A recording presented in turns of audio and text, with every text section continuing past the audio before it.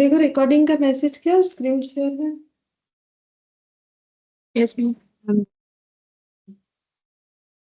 तो देखो हम लोग जो है 28 पढ़ रहे थे, ठीक है, जिसमें इलास्ट्रेशन 3 था, मतलब 1 2 3 या 4 इलास्ट्रेशन हम लोग का सारा कंप्लीट हो गया था। और यहाँ पर प्रैक्टिकल क्वेश्चन में से हम लोगों ने 10 किया हुआ है, ठीक है। तो अभी देखो 11th नंबर वाला हम लोग कर सकते हैं, जो प्रीवियस कंसेप्ट से है, और एक दो जो नया कंसेप्ट है वो भी बताएंगे, ठीक है। तो क्वेश्चन नंबर 11 से स्टार्ट करते, देखो यहाँ पर बोला है कि a plant was a plant was acquired 15 years ago at a cost of 5 crore. एक प्लांट लिया गया है 15 years ago। जब लिया था मतलब एक्वायरिंग कॉस्ट, यानी हम लोग बोल सकते हैं कि उसका परचेज कॉस्ट, ठीक है, उसका परचेज कॉस्ट है 5 crore. It's accumulated depreciation. Accumulated depreciation का मतलब होता है जब परचेज हुआ था तब से लेके, ठीक है, अभी तक का, मतलब टिल द डेट जो डेप्रिसिएशन है वो है हम लोग का 4.15 करोड़। कब तक? 31 मार्च तक। मतलब एक्वर जब हुआ था तब से लेके 31 मार्च 2000 जो दिया हुआ है यहाँ तक का डेप्रिसिएशन है, total 4.15 crore. Depreciation estimated for financial year 1 2, ठीक है। तो ये देखो इसके बाद का जो फाइनेंशियल ईयर आएगा वो 1 2 होगा, ठीक है। मतलब इसके अंदर आ गया ये सर्कल के अंदर। इसके बाद वाला जो फाइनेंशियल ईयर है वो 2001 2002 का है। यहाँ पर जो डिप्रिसिएशन है वो है 25 लाख, मतलब नेक्स्ट, ठीक है। Estimated net selling price on 31 March 2001, मतलब इस डेट पे जो नेट सेलिंग प्राइस है वो है 30 lakh, which is expected to decline by 20%। ये एक्सपेक्टेड है कि ये वैल्यू कम हो जाएगा bye the end of next financial year, मतलब 2002 तक जब आएंगे तो ये नेट सेलिंग प्राइस 30 लाख से 20% कम हो जाएगा, ऐसा हमें क्वेश्चन खुद बोल रहा है। फिर बोल रहा है कि इट्स वैल्यू इन यूज, ठीक है। वैल्यू इन यूज मैंने पहले ही बता रखा है क्या होता है तुम लोग को, हम लोग 3 क्लास से ये डिस्कस कर रहे हैं। वैल्यू इन यूज होता है कि हम लोग एसेट को यूज करके फ्यूचर में जो कैश फ्लो जनरेट करने वाले हैं उसका आज का प्रेजेंट वैल्यू। तो बोल रहा है वैल्यू इन यूज जो है वो 35 लाख है 1 अप्रैल 2001। 1 अप्रैल 2001 मतलब अगेन यहाँ पर वैल्यू इन यूज, ठीक है। ये हम लोग को बोल रहा है 35 lakh, which is expected to decrease by 30% by the end of the financial year. मतलब ये वैल्यू भी यहाँ पर 30% से कम हो जाएगा, 35 लाख का 30% से कम हो जाएगा, ठीक है। ये हमें इंफॉर्मेशन दिया। बेसिकली इंफॉर्मेशन क्या दिया हुआ है, एक एसेट है जो 15 इयर्स बिफोर एक्वर हुआ था और 15 इयर्स तक इस पे डेप्रिसिएशन लग चुका है, यहाँ पर 4.15 लाख। नेक्स्ट जो डेप्रिसिएशन हमारा लगेगा वो है 25 लाख ये फाइनेंशियल ईयर में। अब यहाँ पर हमें दो चीज का वैल्यू बताया, एक बताया है नेट सेलिंग प्राइस एस्टिमेटेड, और नेक्स्ट ईयर में जाके वो कितना हो जाएगा, और एक बता रखा है वैल्यू इन यूज एस्टिमेटेड, वो नेक्स्ट ईयर जाके कितना हो जाएगा वो भी बताए। दोनों में जो है डिक्लाइन दिखेगा। Assuming that other conditions for applicability of the impairment accounting standards are satisfied, what should be the carrying amount of the plant as on 31 March 2002। हमें कैरिंग अमाउंट बताना है, ठीक है। तो अगर हम थोड़ा सा क्वेश्चन को मतलब ड्रॉ करके तुम लोग को दिखाए कि क्वेश्चन में एक्चुअली हम लोग को ना बोला क्या है, तो देखो तुम लोग के लिए आसान हो जाएगा। ये देखो यहाँ पर एक ईयर बनाएंगे जो कि है 31 मार्च 2001, ठीक है। ये एक ईयर बना दिया। अब देखो यहाँ पर क्या बोला है, 15 ईयर्स एगो ये प्लांट 5 करोड़ से परचेज हुआ था, तो ये पूरा ड्यूरेशन बन गया 15 ईयर्स, ठीक है। यहाँ परचेज हुआ होगा, एक्वर मतलब परचेज, बट हम लोग को डेट नहीं दिया है, ठीक है, डेट नहीं दिया है, कोई प्रॉब्लम नहीं है। 5 करोड़ से परचेज हुआ और अप टू 15 ईयर्स तक इस पे डिप्रिसिएशन लग चुका है 4.15 करोड़। तो डिप्रिसिएशन पूरा इस पीरियड में लग चुका है 4.15 करोड़, ठीक है। अच्छा, अब यहाँ पर बोला है कि depreciation estimated for the financial year 1 2, तो इसके बाद वाला फाइनेंशियल ईयर 1 2 आएगा, ठीक है। इसमें डेप्रिसिएशन जो है वो लगने वाला है 25 लाख। ये क्वेश्चन हम लोग को बता रखा है। Estimated net selling price as on 31 March 2001 30 lakh. तो यहाँ पर बोला है एस्टिमेटेड सेलिंग प्राइस, ठीक है, ये बता रखा है 30 लाख, ठीक है। 30 लाख। और उसके बाद देखते हैं, बोल रहा है which is expected to decline by 20% by the end of next financial year. मतलब यहाँ पर ये एस्टिमेटेड सेलिंग प्राइस 30 लाख ये गिर जाएगा 20% वैल्यू से, ये क्वेश्चन हमें बता रहा है। ठीक है, फिर हम लोग को बताया है इट्स वैल्यू इन यूज जो है वो 35 लाख है 1 अप्रैल 2001। तो यही वाला हम लोग का 1 अप्रैल 2001 है, अच्छे से देखो। ठीक है, तो यहाँ पर जो हम लोग का वैल्यू इन यूज है, वैल्यू इन यूज वो है 35 लाख। ये भी नेक्स्ट फाइनेंशियल ईयर में बोल रहा है which is expected to decrease by 30% by the end of financial year. मतलब 1 अप्रैल बताया ना, ये देखो 1 अप्रैल 2001, तो बोल रहा है bye the end of financial year. तो ये फाइनेंशियल ईयर कब एंड होगा? 31 मार्च 2002 को, मतलब यहाँ पर। और ये जो वैल्यू है, मतलब वैल्यू इन यूज का जो चेंजेस है वैल्यू में, वो कितना हो जाएगा? 35 लाख से 30% डिक्लाइन हो जाएगा, ऐसा क्वेश्चन बताया है। अब पहला question, assuming that other conditions for applicability of the impairment accounting standards are satisfied, what should be the carrying amount of this plant as at 31 March 2002। मतलब हम लोग को पहला क्वेश्चन पूछा है कि 31 मार्च 2002 में इसका कैरिंग अमाउंट क्या होगा प्लांट का, ये हमें पहला क्वेश्चन पूछा है। ठीक है, तो हम लोग लास्ट क्लास से जो है करते जा रहे हैं कि कैरिंग अमाउंट कैसे निकालते। कैरिंग अमाउंट निकालने का तरीका हो जाएगा हम लोग का, यहाँ पर ये देखो, ये पहला क्वेश्चन। ठीक है, पहला क्वेश्चन, तो कैरिंग अमाउंट निकालना है। तो यहाँ पर सबसे पहले लिखेंगे कैरिंग अमाउंट, मतलब जिस वैल्यू पे ये बुक्स ऑफ अकाउंट्स में दिखेगा। ठीक है, तो cost of plant, cost of plant है हम लोग का 5 करोड़। लेस कर देंगे एक्यूमुलेटेड डेप्रिसिएशन, एक्यूमुलेटेड डेप्रिसिएशन अब तक कितना डेप्रिसिएशन लग चुका है, तो एक्यूमुलेटेड डेप्रिसिएशन है 4.15 करोड़। ठीक है, तो इसका मतलब जो कैरिंग अमाउंट आया, कैरिंग अमाउंट कौन से डेट पे आ गया? ये 31 मार्च 2001 पे। ठीक है, मतलब बुक वैल्यू 31 मार्च 2000, 5 करोड़ माइनस 4.15 करोड़, मतलब 0.85 हो जाएगा। ठीक है, देख लो 0.85 करोड़ होगा। ये मैंने ना 8 लिखा, 6 नहीं। ठीक है, 85 करोड़ ये कैरिंग अमाउंट हो गया। लेकिन मुझे यहाँ का कैरिंग अमाउंट मिल गया, लेकिन मुझे तो यहाँ पे कैरिंग अमाउंट पूछा है, तो मुझे क्या करना पड़ेगा? फिर से 1 साल का डिप्रिशिएशन, क्योंकि जब तक डिप्रिशिएशन चार्ज नहीं करेंगे कैरिंग अमाउंट कैसे पता चलेगा। अब हम लोग यहाँ पर डिप्रिशिएशन चार्ज करते हैं, डिप्रिशिएशन फॉर 1-2 फाइनेंशियल ईयर 1-2। ठीक है, वो भी बता दिया 25 लाख। अब 25 लाख है, इधर है करोड़। अब लाख और करोड़ तो लिख के नहीं, मतलब अगर मैंने जीरो का यूज किया होता तब प्रॉब्लम खत्म था। 5 करोड़ लिखते, मतलब 5 के बाद 7 जीरो, इधर 4.15 करोड़ के जगह 4 करोड़ जो भी आ रहा है वो लिखते तो हो जाता। तो अब 25 लाख को करोड़ में ट्रांसफर करना है, तो वो हम लोग कैसे करेंगे? 25 लाख डिवाइडेड बाई 1 के बाद 7 जीरो देके उसे चेंज करना होता है। ठीक है, तो ये लिखो 25 डिवाइडेड बाई 1 2 3 4 5 6 7, तो ये आ गया। ओ सॉरी, 25 लाख लिखना पड़ेगा, यही गलती मैंने लास्ट दिन भी कर दिया था। 25 लाख डिवाइडेड बाय 1 करोड़। ठीक है, तो ये हो गया 3 4 5 6 और 1 0 7। ठीक है, तो ये हो गया 0.25 करोड़। ठीक है, तो एक्चुअली 25 लाख का मतलब हो जाएगा 0.25 करोड़। ठीक है, तो अब कैरिंग अमाउंट हम लोग को मिल रहा है कितना? 0.60 करोड़, 0.60 करोड़। ठीक है, ये हम लोग को मिल गया carrying amount as on, carrying amount on 31 March 2002। ठीक है, कैरिंग अमाउंट मिल गया 31 मार्च 2002 का, जो कि हमें क्वेश्चन में पूछ रखा था 0.60 करोड़। ठीक है, ये पूछा है। फिर नेक्स्ट पूछा है, देखो how much will be the amount of return of for the financial year ended 31 March 2002। बोल रहा है कि 31 मार्च 2002 फाइनेंशियल ईयर एंड में कितना अमाउंट जो है राइट ऑफ करना पड़ेगा। ठीक है, मतलब राइट ऑफ करने का मतलब हो जाएगा कि हमें कितना इम्पेयरमेंट लॉस जो है वो बुक करना है। ठीक है, तो देखो क्योंकि यहाँ पर वैल्यू इन यूज और रिकवरेबल अमाउंट तो दिया हुआ है, तो हम लोग वो भी फाइंड आउट कर सकते हैं। ठीक है, तो यहाँ पर लिखेंगे, यहाँ एक वर्किंग नोट बना लेते हैं। ठीक है, यहाँ साइड में तो रिकवरेबल अमाउंट ऐसे RA लिख देते हैं। ठीक है, रिकवरेबल अमाउंट ऑन 31 मार्च 2002 कितना होगा?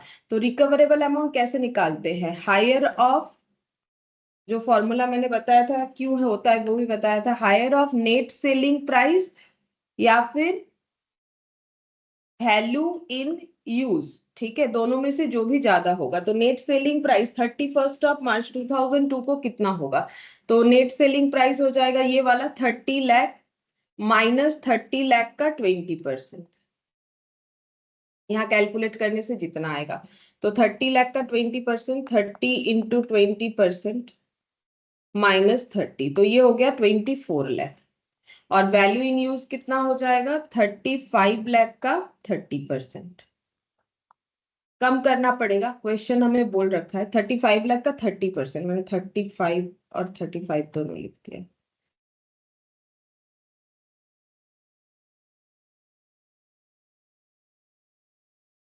तो 35 × 30%, 0.3, तो ये हो जाएगा 0.3, मतलब 35 माइनस 0.3 मतलब 34 पॉइंट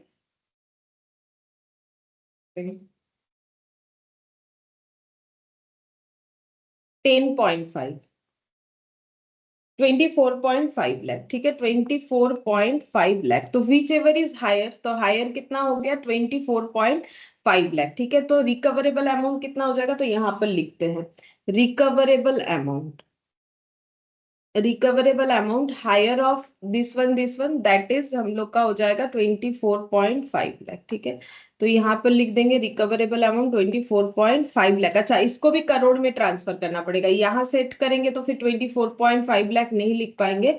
अब 24.5 लाख का मतलब हो जाएगा 24.5 इंटू 1 लाख डिवाइडेड बाई 1 के बाद 70। ठीक है, तो ये हो गया 0.245। वो माइनस दिख रहा है, वो मैंने कैलकुलेशन पे जब लिखा था इस वजह से। ठीक है, बाकी माइनस वाइनस नहीं होगा, हम लोग का प्लस ही है। तो ये आ गया। अब हमें क्या करना है, जो रिटर्न ऑफ वैल्यू यानी कि इम्पेयरमेंट लॉस बताना है। तो 0.60 का एसेट मार्केट में जो है वो 0.245 का दिख रहा है, मतलब हम लोग का इम्पेयरमेंट लॉस जो है वो बन जाएगा इम्पेयरमेंट लॉस 0.355 करोड़। ठीक है, 0.355 करोड़ ये हम लोग का इम्पेयरमेंट लॉस हो जाएगा। ठीक है, तो ये पहला क्वेश्चन का देख लो आंसर, इस तरीके से हमें करना है। हम लोग को यही पूछा था, ठीक है, कि क्या निकालने बोला था। तो हम लोगों का ये पूरा मतलब देखो, ये मैंने पूरा बना लिया। और क्वेश्चन नंबर मतलब ABC करके अगर हम लोग आंसर देंगे तो हम बता देते हैं कौन सी चीज का आंसर क्या होगा। ठीक है, ABC करके लिख देंगे, कोई प्रॉब्लम नहीं। तो पहले मैंने यहाँ पर देखो तुम लोग को प्लांट का वैल्यू बता दिया, एक्यूमुलेटेड डेप्रिसिएशन बताया, मतलब सब क्वेश्चन में गिवन था। दिस पॉइंट गिवन है, ठीक है, ये भी पॉइंट हम लोग को गिवन है, ठीक है, ये भी हम लोग को गिवन है, मैक्सिमम चीज तो हमें गिवन ही है। ठीक है, तो हम लोगों ने कैरिंग अमाउंट जो है निकाला, फिर उसके बाद जो है रिकवरेबल अमाउंट यहाँ पर दिखा है। रिकवरेबल अमाउंट होता है higher of the net selling price and value in use, जो कि क्वेश्चन में दिया हुआ था, बस थोड़ा कैलकुलेट करना पड़ा। फिर उसके बाद हम लोगों ने यहाँ पर लिख दिया। ठीक है, अब हम लोग एक एक करके आंसर दे सकते हैं। अगर चाहो तो तुम लोग ये ए ऑप्शन यहाँ से हटा दो, क्योंकि हमें इंडिविजुअली पूछा था ना। तो ए का देखो, ए का आंसर क्या देंगे। ए में पूछा था कि carrying amount as on 31 March 2002। तो चलो ये लिख के बता देते हैं, carrying amount as on 31 March 2002 after impairment loss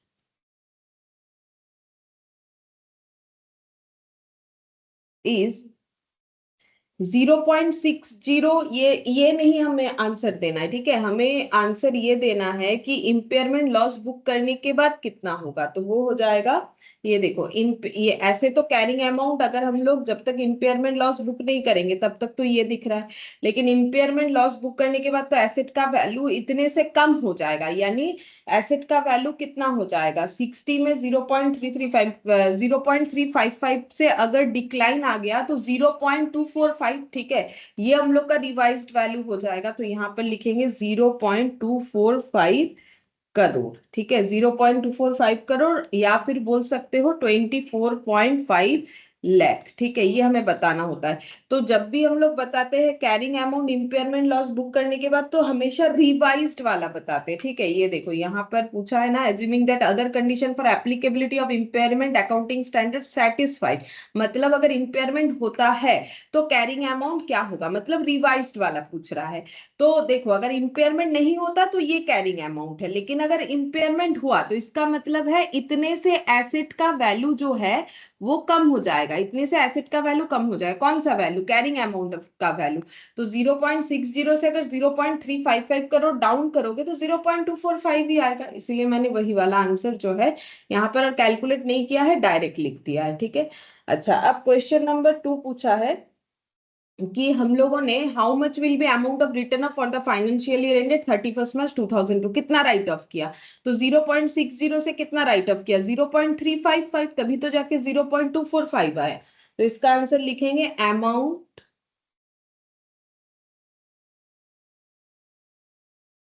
return of, यानी इम्पेयरमेंट लॉस, क्योंकि पहले दिन ही बताया था, इसका मतलब ही होता है कि डिक्लाइन होना वैल्यू 0.355 करो, ठीक है। इतने से हम लोगों ने एसेट के वैल्यू को जो है कम किया हुआ है, ठीक है, मतलब राइट ऑफ किया। अच्छा, अब थर्ड नंबर पे क्या पूछा है, if the plant had been revalued 10 years ago and the current revaluation reserve against the plant were to be 12 lakh, how would you answer to the question 1 and 2। बोल रहा है कि अगर प्लांट रिवैल्यू हुआ है 10 साल पहले, ठीक है, और रिवैल्यू जो है बोल रहा है कि रिवैल्यूएशन रिजर्व में 12 लाख है, इसका मतलब ये माना जा रहा है कि प्लांट जो है अपवर्ड रिवैल्यूएशन हुआ है, क्योंकि अपवर्ड रिवैल्यूएशन होने से ही तो रिवैल्यूएशन रिजर्व में आएगा, अगर डाउनवर्ड होता है तो पीएल में आ जाएगा। तो बोल रहे हैं कि 10 साल पहले रिवैल्यूएशन हुआ था और वो अपवर्ड था, तभी 12 लाख दिख रहा है। How would you answer to question 1 and 2। तो उस केस में कैरिंग अमाउंट और उस केस में हम लोगों का जो रिटर्न ऑफ वैल्यू है यानी इंपेयरमेंट लॉस का वैल्यू हम लोग फिर कितना लिखेंगे, या फिर उसका ट्रीटमेंट क्या होगा, ठीक है। तो देखो ये भी हम लोगों ने लास्ट क्लास में एक बार देखा हुआ है। तो देखो यहाँ पर हम लोग देखते हैं, यहाँ क्वेश्चन के according balance in revaluation reserve, balance in revaluation reserve equal to, देखो 12 लाख, 12 लाख का मतलब 0.12 करोड़, ठीक है। जैसे मैंने करोड़ जो है ट्रांसफर करना दिखाया वैसे ही करना है हम लोग को, ठीक है। 12 लाख लिख के 12 के बाद 50 डिवाइडेड बाई 1 और 70 लिखने से पता चल जाएगा। ट्रीटमेंट ऑफ इंपेयरमेंट लॉस क्या होगा, ट्रीटमेंट फॉर पॉइंट 1 and 2, ठीक है, मतलब ए और बी का आंसर हम लोग का फिर क्या हो जाएगा, वही हम यहाँ पर लिख के दिखा रहे, ठीक है। तो जब भी रिवैल्यूएशन रिजर्व में कुछ आता है तो हम लोगों ने लास्ट क्लास में देखा था, मैंने लिखवाया था, एक क्वेश्चन भी किया था, पहले इंपेयरमेंट लॉस जो है उसे हमें राइट ऑफ करना है रिवैल्यूएशन रिजर्व से, फिर भी अगर कोई लॉस बच जाता है तो फिर उसे पीएल में ट्रांसफर करना है। ये लास्ट क्लास में हम लोगों ने एक क्वेश्चन में देखा था, ठीक है। First adjust against revaluation reserve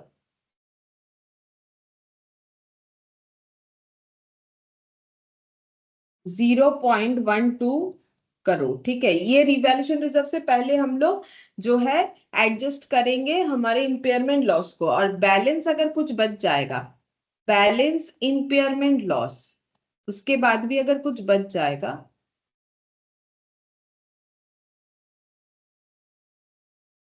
तो ये कहाँ जाएगा, ट्रांसफर टू पीएल। ये लास्ट क्लास में लिखवाया हुआ था और इस पे एक क्वेश्चन भी किया हुआ था हम लोगों ने, ठीक है। तो हम लोग का इंपेयरमेंट लॉस कितना है 0.355, तो उसमें से 0.12 एडजस्ट हो जाएगा रिवैल्यूएशन रिजर्व से, लेकिन फिर भी मेरा पूरा लॉस राइट ऑफ नहीं हो रहा है। तो पीएल में कितना चार्ज होगा, 0.355 माइनस 0.12, जितना बच गया वो पूरा का पूरा पीएल में जो है वो ट्रांसफर हो जाएगा, ठीक है। इस पे हम लोग एंट्री करके भी क्वेश्चन किए थे। क्वेश्चन नंबर तो मुझे याद नहीं आ रहा है, बट हम लोगों ने किया हुआ था 0.235 करोड़। उस दिन हम दूसरा बोर्ड यूज कर रहे थे तो हम दिखा नहीं पा रहे, नहीं तो हम दिखा देते कि हम लोगों ने ऐसा वाला जो है किया था, वो जो है नोट 1 में रह गया है वो वाला, इसमें है नहीं, ठीक है, नहीं तो दिखा देते।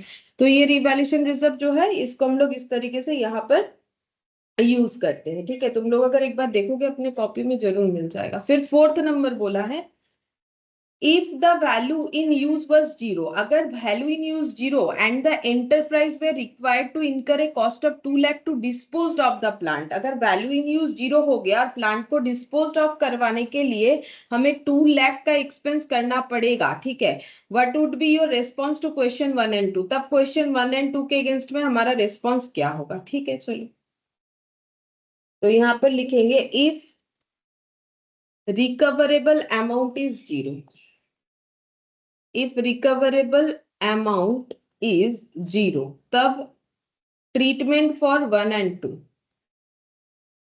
ट्रीटमेंट फॉर 1 and 2, मैंने ना 1 2 के जगह हर जगह पे ए भी लिख दिया है तो वही हम यूज कर रहे हैं, लेकिन एग्जाम में ए बी देगा तो ही ए बी लिखना है, अदरवाइज नहीं लिखना, ठीक है। तो यहाँ पर लिख रहा है कैरिंग अमाउंट, ठीक है, before impairment loss, impairment loss होने के पहले कैरिंग अमाउंट कितना है 0.60 करोड़, क्योंकि यहां तक तो क्वेश्चन एज इट इज होगा, ठीक है। Carrying amount before impairment loss on 31st of March 2002, ये हो गया 0.60 करोड़, ठीक है। अब बोल रहा है कि अगर रिकवरेबल अमाउंट जीरो है तो हम यहाँ पर लिख रहे हैं recoverable amount on 31st of, हम थोड़ा शॉर्ट में लिख रहे हैं आर ए, ठीक है, ऑन 31st March 2002, ये मान लो जीरो है, हम लोग को गिवन है कि ये जीरो है, तो ये 0 करोड़ हो गया। अच्छा, लेकिन एक चीज है, ये रिकवरेबल अमाउंट डायरेक्टली हम लोग जीरो नहीं लिख सकते, इसके अगेंस्ट में भी मुझे एक वर्किंग नोट बनाना चाहिए, हम एक वर्किंग नोट बना के बताते। देखो वर्किंग नोट में क्या लिखेंगे कि रिकवरेबल अमाउंट क्या होता है, रिकवरेबल अमाउंट होता है higher of value in use और net selling price whichever is higher, ठीक है। तो वैल्यू इन यूज बोला है क्वेश्चन में, जीरो हो जाएगा, ठीक है। और नेट सेलिंग प्राइस, देखो वैल्यू इन यूज क्वेश्चन खुद बोल रहा है कि वैल्यू इन यूज जीरो, और एंटरप्राइज को रिक्वायरमेंट है 2 लाख का प्लांट को डिस्पोज करवाने का खर्चा, मतलब देखो जिसका वैल्यू जीरो है वो तो मार्केट में बिकेगा नहीं कि नेट सेलिंग प्राइस कुछ आएगा, बल्कि उस एसेट को फिकवाने का मतलब वो बेकार हो गया, उसको निकलवा के उसको बिकवा मतलब निकलवाने का खर्चा, मतलब उसको डिस्पोज ऑफ करवाने का खर्चा, ऊपर से कंपनी का 2 लाख लग जाएगा, ठीक है। तो नेट सेलिंग प्राइस क्या होता है, नेट सेलिंग प्राइस होता है जो मार्केट में जो अमाउंट हमें मिलेगा, अमाउंट रिसीव्ड माइनस हो जाता है कॉस्ट ऑफ डिस्पोजल, ये भी मैंने पहले दिन लिखवाया था, जो दूसरे इसके साथ हम लोग ये कंटिन्यूएशन करके कर रहे थे, ठीक है। तो यहाँ पर वैल्यू हो जाएगा net selling price zero minus ये कॉस्ट ऑफ डिस्पोजल जो कि दिया हुआ है हम लोग को 2 लाख, है ना, कॉस्ट ऑफ डिस्पोजल। तो बेसिकली इसमें आंसर क्या आ जाएगा, नेगेटिव में 2 लाख, ठीक है, नेगेटिव में 2 लाख, तो जीरो और 2 लाख में से हायर कौन है, हायर तो जीरो है, दैट इज जो हम लोग का रिकवरेबल अमाउंट है वो हम लोग को जीरो कंसीडर करना पड़ेगा, मैंने कर लिया यहाँ पर इसीलिए जीरो, ठीक है। तो वर्किंग नोट 2 करके दिखा दिया, रिकवरेबल अमाउंट सेम तरीके से निकालना है, higher of value in use और नेट सेलिंग प्राइस जो हायर होगा, तो हायर जीरो हो गया। अब यहाँ पर इंपेयरमेंट लॉस बुक करेंगे, तो इंपेयरमेंट लॉस हो गया 0.60 और जीरो, ये दोनों का डिफरेंस हो जाएगा हम लोग का 0.60 करोड़, पूरा का पूरा ही लॉस है जब कुछ भी रिकवरेबल नहीं है, ठीक है। अब हम लोग को इसके रिगार्डिंग पॉइंट ए और बी का आंसर बताना है। ए का आंसर है कि हम लोग को बताना है कि कितना कैरिंग अमाउंट होगा, ठीक है, तो यहाँ पर लिख देते हैं, ए का आंसर हो जाएगा revised carrying amount after impairment, तो कितना हो जाएगा, एसेट पहले कितने का था 0.60, कैरिंग अमाउंट उसको कितने से डिक्लाइन करना है 0.60, तो इम्पेयरमेंट के बाद कैरिंग अमाउंट कितना हो जाएगा जीरो, मतलब ये मत लिख दो कि कैरिंग अमाउंट 0.60 होगा, वो तो है ही, लेकिन इम्पेयरमेंट बुक करने के बाद क्या है, और भी डिक्लाइन होने के बाद क्या है, तो वो तो डेप्रिसिएशन चार्ज करते हुए, इम्पेयरमेंट बुक करने के बाद हो रहा है जीरो, क्यों, क्योंकि 0.60 से एसेट को हम लोग कम कर रहे हैं। और सेकंड में हमें ये बताना है कि इम्पेयरमेंट लॉस कितना होगा, तो इम्पेयरमेंट लॉस यही पूछा था ना, सेकंड वाला इम्पेयरमेंट लॉस हो रहा है 0.60 करोड़, ये दोनों क्वेश्चन का आंसर हमें देने बोला है, ठीक है। तो ये देखो ये दोनों क्वेश्चन का आंसर हम लोगों ने दे दिया, यहाँ पर पहले ए में कैरिंग अमाउंट और बी में अमाउंट रिटर्न ऑफ कितना राइट ऑफ किया है, तो अमाउंट रिटर्न ऑफ 0.60, इसीलिए तो 0.60 का एसेट जो है जीरो पे दिख रहा है, क्योंकि हम लोगों ने 0.60 से उसे डिक्लाइन यानी कि इम्पेयरमेंट लॉस उस पर बुक कर दिया है, ठीक है। तो ये जैसे बोला था हम लोगों ने वैसे किया। प्रेजेंटेशन तुम लोग आराम से ऐसे कर सकते हो। तुम लोग के यहाँ पर जो है थोड़ा अलग तरीके से किया है, बट मुझे लगता है जितना सिंपल रखोगे उतना अच्छा। ठीक है, ये देखो यहाँ पर लिख के, यहाँ कैलकुलेट वगैरह करके अपने हिसाब से लिखा हुआ है, बाकी सेम ही है, तुम लोग जैसा चाहो कर सकते हो। अच्छा, 11 10 तो हम लोगों ने लास्ट क्लास में किया था। इसके बाद देखते हैं कौन सा क्वेश्चन कर सकते हैं।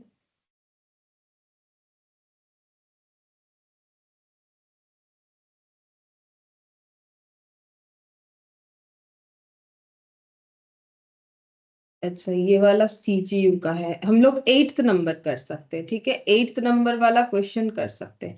8 और 7 दोनों कर सकते हैं। ठीक है, चलो पहले 7th वाला करते हैं। देखो 7th वाले क्वेश्चन में क्या बोला है, बोल रहा है an asset does not meet the requirement of environment laws which leave been recently enacted. बोल रहा है एक एसेट है जो कि इन्वायरमेंटल लॉ को जो है फॉलो नहीं कर पा रहा है। The asset has to be destroyed as per the law. तो लॉ के अकॉर्डिंग उस एसेट को कर देना है destroyed. The asset is carried in the balance sheet at the year ended at 6 lakh. ठीक है, तो एक एसेट है जिसका वैल्यू जो है ईयर एंड पे दिख रहा है 6 लाख का। ठीक है, ये कौन सा वैल्यू होगा, फिर कैरिंग अमाउंट होगा। ठीक है, अब ये एसेट को करना है डिस्ट्रॉयड, क्योंकि ये एज पर लॉ नहीं चल रहा है, इन्वायरमेंट लॉ के according. The estimated cost of destroying the asset, जब इस एसेट को डिस्ट्रॉय करवाना पड़ेगा तो खर्चा आ जाएगा 70,000। How is the asset to be accounted for. ठीक है, अब इस एसेट को करना है, एसेट शुड बी डिस्ट्रॉयड। ठीक है, ये डिस्ट्रॉयड करना पड़ेगा।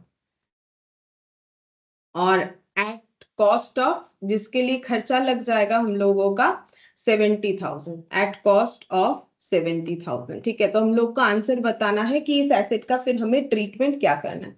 तो देखो एसेट का कैरिंग अमाउंट इतना दिख रहा है। ठीक है, तो हम लोग क्या करेंगे, इस पे सबसे पहले बुक करेंगे अपना इम्पेयरमेंट लॉस, देखते हैं वो कितना आएगा। ठीक है, तो देखो यहाँ पर एसेट का जो कैरिंग अमाउंट है वो है हम लोग का 6 लाख। रिकवरेबल अमाउंट कितना होगा, रिकवरेबल अमाउंट हो जाएगा हायर ऑफ, ये देखो रिकवरेबल अमाउंट हो जाएगा higher of net selling price और नेट सेलिंग प्राइस और value in use whichever is higher, है ना।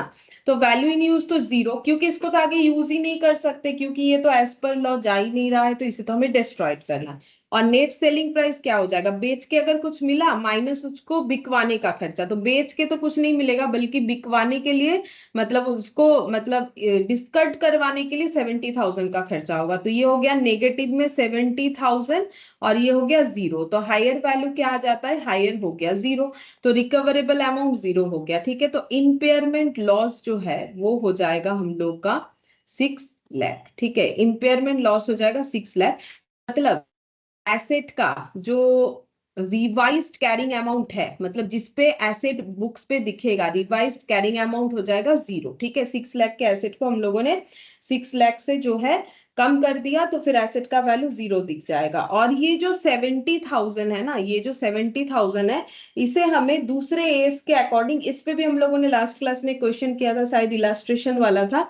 इसे हमें कहाँ ट्रीट करना है, इसे हम लोगों को ट्रीट करना पड़ेगा कॉस्ट ऑफ डिस्पोजल को एज 10 और 29 के अकॉर्डिंग लाइबिलिटी बोल के ट्रीट करना पड़ेगा। ये जो 70,000 है, ठीक है, ये हम लोग को क्या करना पड़ेगा, यहाँ पर रिकॉग्नाइज्ड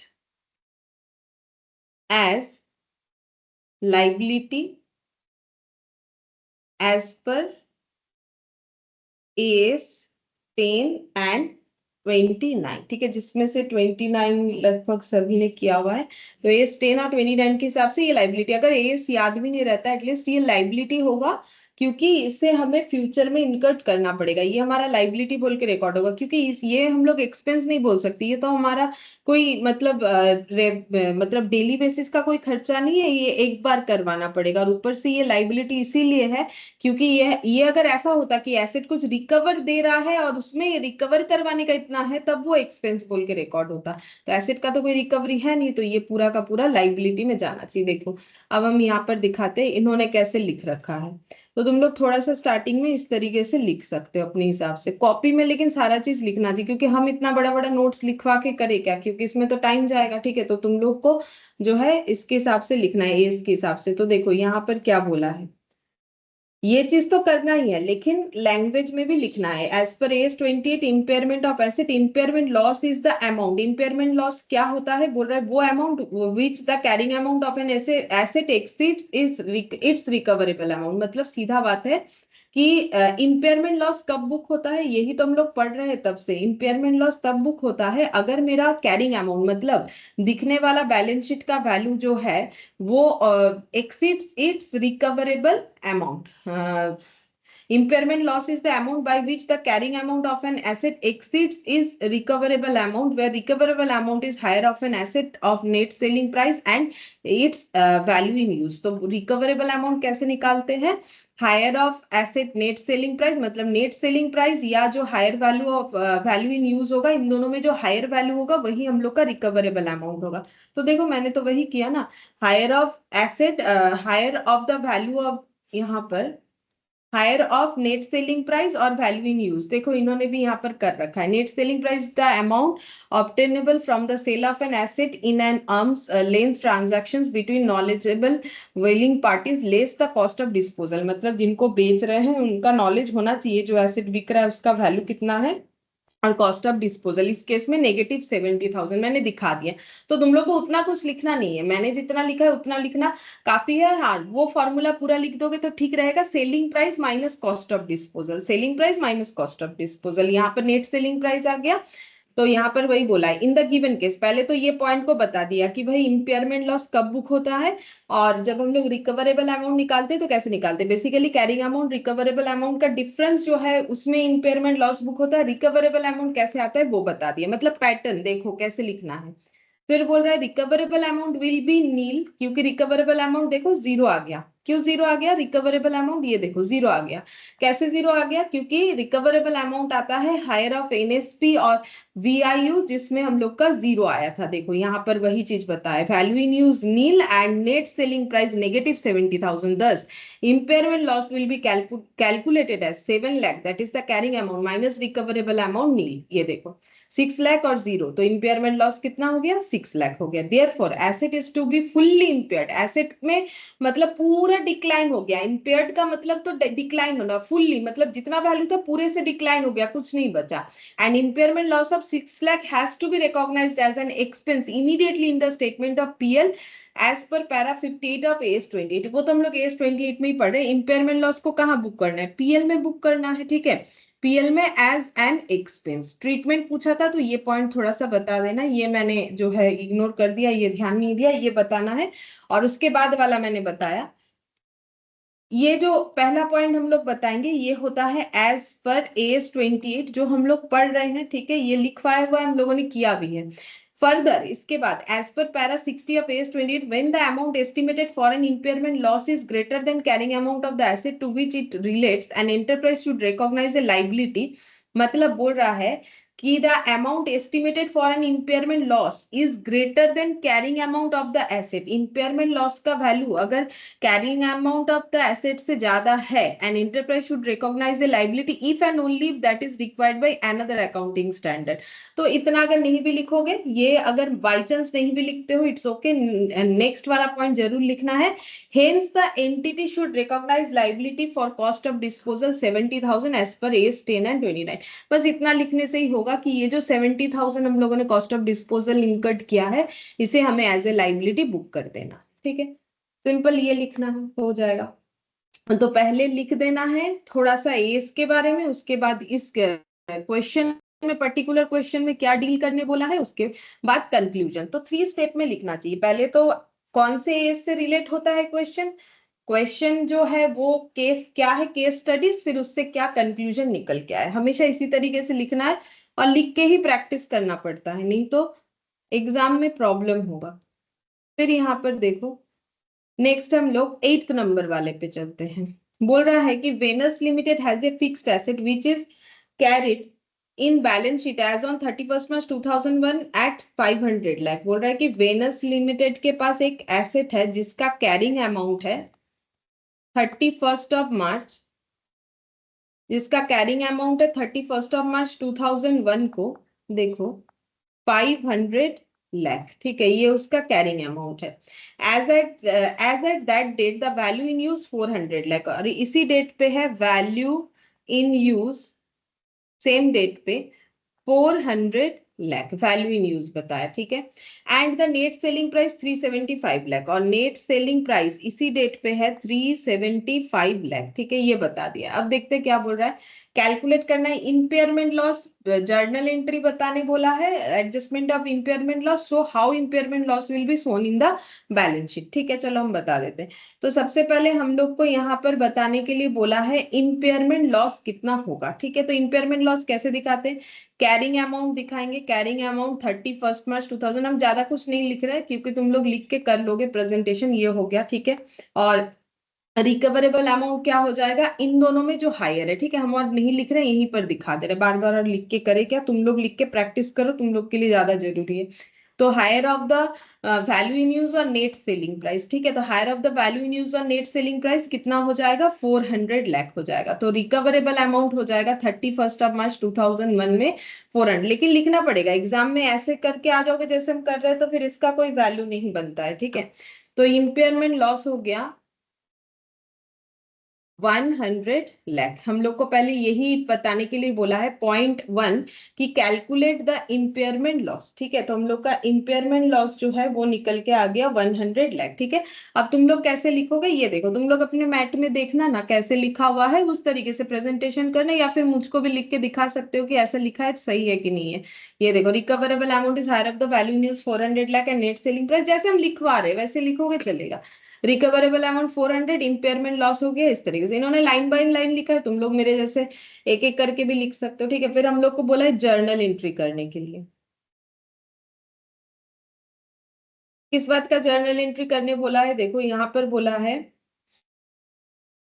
ये वाला, ठीक है, बोला है prepare journal entries for adjustment of impairment loss, impairment loss का एडजस्टमेंट का जर्नल एंट्री करना है। तो जर्नल एंट्री कैसे हो जाएगा, पॉइंट नंबर 2 यहाँ पर हो जाएगा, impairment loss account debit, impairment loss account debit to provision for accumulated impairment loss 100 lakh 100 lakh. और सेकेंड एंट्री हो जाएगा PL account debit,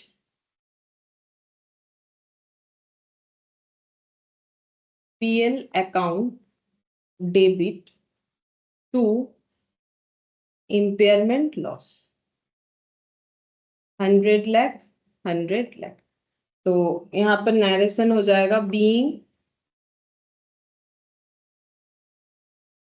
being the entry for accounting impairment loss,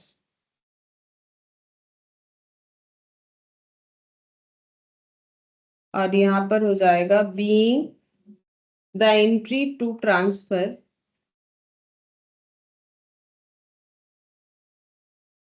impairment loss to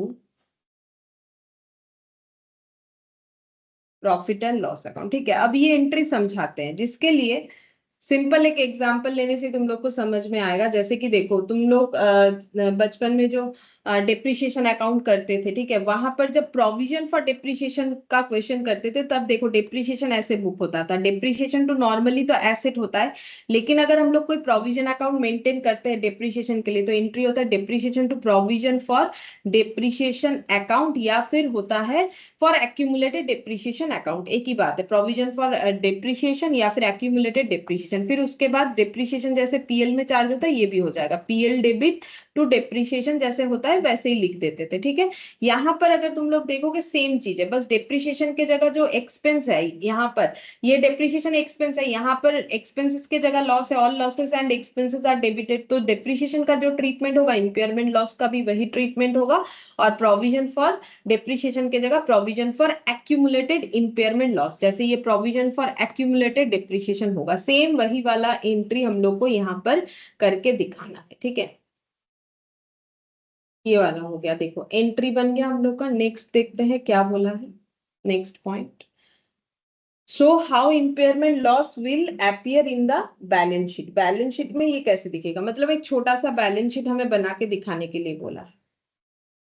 तो balance sheet of Venus limited as on 31 March 2001, ठीक है। अच्छा, तो देखते हैं कैसे बैलेंस शीट बनेगा। तो बैलेंस शीट में हम लोग सिर्फ एसेट साइड दिखाएंगे, ऐसे दिखा देते हैं, फिक्स्ड एसेट,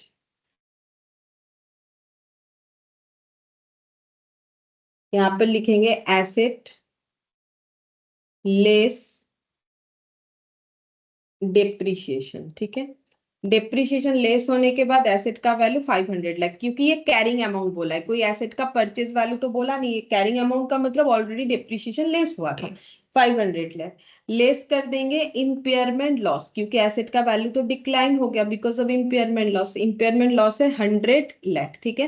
तो एसेट कितने वैल्यू में दिखेगा, 400 लाख। वही तो थोड़े देर पहले आज के स्टार्टिंग के क्वेश्चन में मैंने बताया था कि बाद में जब ये बुक होता है तो कैसे बुक होता है, ये हमेशा जो है रिवाइज्ड कैरिंग अमाउंट पे बुक होगा, ठीक है। एसेट का उसके बाद रिवाइज्ड कैरिंग अमाउंट पे बुक होगा अगर इम्पेयरमेंट हो चुका है, ठीक है। तो देखो सेम वही हो गया, रिवाइज्ड कैरिंग अमाउंट। जैसे 500 लाख का एसेट 100 लाख से कम हो गया, मतलब वो बैलेंस शीट में अब 400 लाख का दिखना चाहिए। अब उसका प्रेजेंटेशन ऐसे लिख देंगे, फिक्स्ड एसेट हेडिंग हो गया, ठीक है।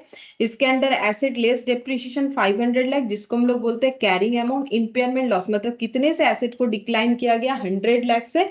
तो अभी एसेट का करेंटली जो बुक वैल्यू है वो हम लोग का दिखेगा 400 लाख, या फिर इसे हम लोग बोलते हैं revised carrying amount after impairment loss. Revised ये जो है इसको हम लोग बोल सकते हैं, देखो ये अपने समझने के लिए चाहो तो लिख लो, रिवाइज्ड कैरिंग अमाउंट यानी कि आफ्टर इम्पेयरमेंट, आफ्टर इम्पेयरमेंट या फिर आफ्टर बुकिंग इम्पेयरमेंट लॉस, ठीक है।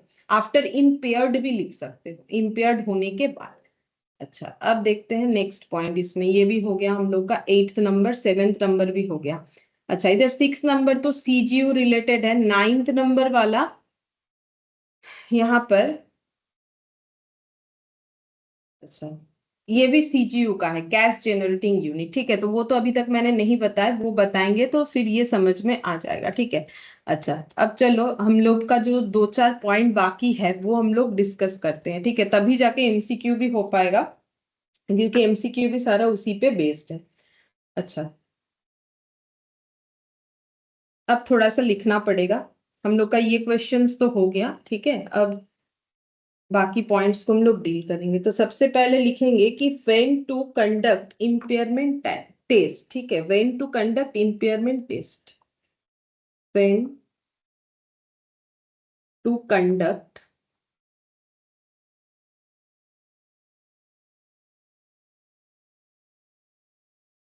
इम्पेयरमेंट टेस्ट, कब इम्पेयरमेंट टेस्ट हमें करना चाहिए, ठीक है। अच्छा, तो लिखो conduct impairment test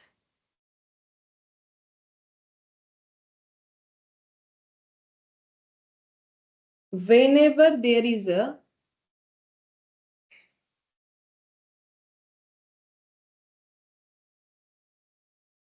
indication of impairment। मतलब अगर हमें ऐसा कोई इंडिकेशन मिल रहा है कि एसेट इम्पेयर्ड हो सकता है, तो ही हमें इम्पेयरमेंट टेस्ट करना चाहिए। अब वो कैसे पता चलेगा, दो तरीके से पता चलेगा। इंडिकेशन दो तरीके से होता है, एक होता है एक्सटर्नल सोर्स, एक्सटर्नल सोर्स से हमें पता चलेगा कि इम्पेयरमेंट होने वाला है कि नहीं, इंडिकेशन, ठीक है। तो जैसे कि पहला, assets market value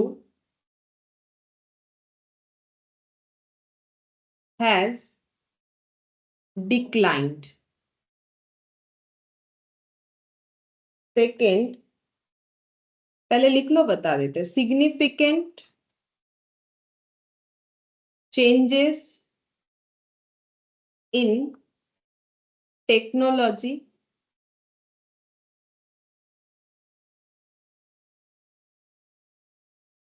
comma market conditions.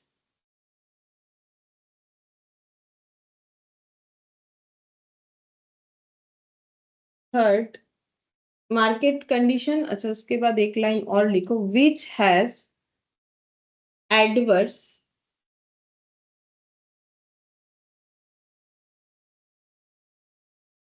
Adverse यानी negative effect on the entity. Third market interest rates have increased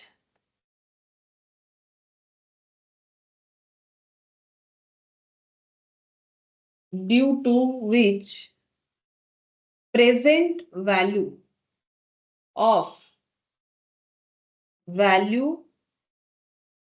in use might reduce। देखो बोल रहा है कि कब इम्पेयरमेंट टेस्ट करना चाहिए, बोल रहा है कि अगर हमें ऐसा कोई इंडिकेशन मिले कि इम्पेयरमेंट होने वाला है तो ही हमें इम्पेयरमेंट टेस्ट करना चाहिए। ठीक है, जैसे कि कैसे इंडिकेशन मिलेगा, हमारे पास जो एसेट है एक्सटर्नल सोर्सेस से कैसे पता चलेगा, बोल रहा है कि जो एसेट है मान लो उसका मार्केट वैल्यू डिक्लाइन हो रहा है। ठीक है, मार्केट वैल्यू क्यों कम हो जाएगा, चाहे उसके जगह कोई नया एसेट आ गया है, ठीक है, कोई नया टेक्नोलॉजी, ये देखो सिग्निफिकेंट चेंज इन टेक्नोलॉजी, जो एसेट हमारे पास था वो ओल्ड टेक्नोलॉजी वाला था, ठीक है, तो उसका ऑटोमेटिकली मार्केट वैल्यू कम हो जाएगा। Market condition which has adverse effect on the entity, या फिर मान लो जो बिजनेस ऑर्गेनाइजेशन के पास वो एसेट है, मार्केट में ऐसा कंडीशन आ गया कि उस बिजनेस ऑर्गेनाइजेशन के ऊपर जो है हम लोग का नेगेटिव इम्पैक्ट आ रहा है, मतलब वो एसेट से कुछ रिकवर नहीं कर पा रही है। ठीक है, मतलब उसका बिजनेस उस तरीके से जो है नहीं चल रहा है मार्केट में, तो भी उसके वहां जो एसेट वगैरह है उसका वैल्यू डिक्लाइन हो जाएगा। और फिर यहाँ पर बोला है market interest rate have increased, अगर मार्केट में इंटरेस्ट रेट इंक्रीज हो रहा है due to which present value of value in use might reduce, बोल रहा है कि अगर मार्केट में इंटरेस्ट रेट इंक्रीज हो जाएगा तो वैल्यू इन यूज का प्रेजेंट वैल्यू जो है वो हम लोग का क्या हो जाएगा, ये रिड्यूस हो जाएगा। देखो ये हम एक एग्जांपल से समझा देते हैं, तो एक एग्जांपल लेते छोटा सा, यहाँ पर मान लो कैश फ्लो है हम लोग का 100। ठीक है, अब कैश फ्लो का अगर हम लोग प्रेजेंट वैल्यू निकालेंगे कितना है, वही तो हमें वैल्यू इन यूज होगा, मतलब मान लेते हैं कि एक एसेट से कैश फ्लो मिलता है 100 करके, अब उसका प्रेजेंट वैल्यू निकालेंगे तो हमें पता चलेगा कि ये पॉइंट कैसे, इस पे जो है हम लोग इस पे ध्यान दे सकते हैं। तो देखो डिस्काउंटिंग फैक्टर मान लेते हैं कि 10% है। ठीक है, तो अगर मुझे 1 ईयर का प्रेजेंट वैल्यू निकालना है तो हम कैसे डिस्काउंटिंग फैक्टर निकालेंगे, 10 डिवाइडेड बाई 100, मतलब 10 पैसे से जो है डिस्काउंटिंग फैक्टर लग रहा है, मतलब 1.10 हो जाएगा। ठीक है, मतलब 1 डिवाइडेड बाई 1.1, मतलब पहला डिस्काउंटिंग, मतलब फर्स्ट ईयर के लिए डिस्काउंटिंग फैक्टर आएगा 0.9090, ये मैंने डिटेल्स में भी बताया था। देखो इसका मतलब क्या होता है कि 1.10 पैसा 1 रुपए का वैल्यू हो जाएगा डिस्काउंट होने की वजह से। तो ये 1.10 ये फ्यूचर में जो वैल्यू है उसका आज का वैल्यू है 1 रुपीज, तो 1 का प्रेजेंट वैल्यू कितना होगा, तो 1 डिवाइडेड बाई 1.10, तो 100 का कितना होगा, इंटू 100 करेंगे तो वो हमें पता चल जाएगा। ठीक है, तो ऐसे करके तो हम लोग निकालते हैं, तो प्रेजेंट वैल्यू 1 रुपीज का है 0.9090, तो प्रेजेंट वैल्यू फॉर 100 रुपीज कितना होगा, तो मल्टीप्लाई करेंगे तो आ जाएगा, मैंने यूनिटरी मेथड करके भी तुम लोग को यहाँ पर दिखाया। ठीक है, तो प्रेजेंट वैल्यू फॉर 100 से मल्टीप्लाई कर लो इसको इंटू 100, तो 1 ईयर बाद का हो रहा है क्योंकि मैंने एक ही बार डिस्काउंटिंग फैक्टर लगाया, तो 90.90। ठीक है, अगर यही डिस्काउंटिंग फैक्टर मार्केट में हो रहा है 12%, बाई चांस मैंने क्या बोला, market interest rate have increase, तो 10% से मैंने 12% कर दिया, तो देखो प्रेजेंट वैल्यू में क्या इंपैक्ट आएगा, तो डिस्काउंटिंग फैक्टर कितना बन जाएगा, 12/100 +1। ठीक है, तो 1 डिवाइडेड बाई 1.12, तो ये बन गया हम लोग का 0.89 0.89285, तो 8 लिख देते हैं, तुम लोग चाहो तो 9 भी लिख सकते हो, ये तो जस्ट एग्जांपल के लिए बोल रहे हैं, इंटू 100, तो 100 रुपीज का प्रेजेंट वैल्यू कितना हो जाएगा? प्रेजेंट वैल्यू फॉर 100 देखो कितना हो जाएगा, 89.28। तो देखो मैंने यहाँ पर पॉइंट क्या दिया कि मार्केट में अगर इंटरेस्ट रेट इंक्रीज हुआ, जो कि 10% से अगर 12% हुआ, तो ड्यू टू विच उसके लिए क्या हो सकता है, present value of value in use, ठीक है, विल रिड्यूस, माइट रिड्यूस, ये कम हो जाएगा। तो ये भी हमें एक इंडिकेशन दे रहा है कि इंपेयरमेंट हो सकता है। अगर मार्केट में इंटरेस्ट रेट इंक्रीज हो रहा है तो फिर इंपेयरमेंट लॉस बुक होगा। क्यों बुक होगा? क्योंकि अगर मेरा वैल्यू इन यूज कम हो जाएगा तो फिर इंपेयरमेंट लॉस बुक होने का चांसेस बढ़ जाएगा, ठीक है। तो वही बोल रहा है कि इंपेयरमेंट टेस्ट हमें तब करना चाहिए। अब टेस्ट करके देखेंगे लॉस है कि प्रॉफिट, वो तो कैरिंग अमाउंट से कंपेयर करेंगे तो ही पता चलेगा, बट इंपेयरमेंट हो सकता है। तो हम हमें ये मतलब थियोरिटिकली ऐसा जो है दिया हुआ है कि कब हमें इंपेयरमेंट कंडक्ट करना चाहिए। तो बोल रहा है जब हमें ऐसा इंडिकेशन मिले कि एसेट का मार्केट वैल्यू डिक्लाइन हो रहा है ड्यू टू टेक्नोलॉजिकल इश्यूज, या फिर एनटीटी का नेगेटिव इंपैक्ट है मार्केट में, या फिर मार्केट में इंटरेस्ट रेट जो है इंक्रीज हो रहा है, जिस वजह से present value of value in use जो है हम लोग का रिड्यूस हो जाएगा। ये सब सिचुएशन अगर हमें कहीं पर भी दिखे तो हमें एसेट पे इंपेयरमेंट टेस्ट जो है वो चेक करना चाहिए, वो एक इंडिकेशन है। तो ये हो गया एक्सटर्नल इंडिकेशन, और होता है इंटरनल सोर्सेस पे इंडिकेशन, तो ये भी हमें बता रखा है। तो यहां पर लिखते हैं इंटरनल सोर्सेस। तो इंटरनल सोर्सेस क्या है देख, तो इंटरनल सोर्सेस क्या है? इंटरनल सोर्सेस में है पहले physically physical damage to the asset, physical damage to the acid, ठीक है। तो अगर एसिड फिजिकली डैमेज हो गया है, मतलब टूट फूट गया है, खराब हो गया है, ठीक है, तो ये इंटरनल सोर्सेस हो गया। तो वो तो देखो ऑर्गेनाइजेशन को ही पता होगा ना, इसलिए उसे बोलते हैं इंटरनल सोर्सेस। और एक्सटर्नल मतलब क्या? इस तरीके का एसिड जो हमारे पास है उसका मार्केट वैल्यू कम हो गया बिकॉज ऑफ टेक्नोलॉजिकल इश्यूज, या फिर उस बिजनेस में उस एंटरप्राइज का नेगेटिव इंपैक्ट चल रहा है मार्केट में, या फिर इंटरेस्ट रेट, ठीक है, ये सब आउटर सोर्सेस है। और इंटरनल जैसे कि मेरे पास जो एसिड है वो जो है डैमेज हो गया है फिजिकली, या फिर acid has become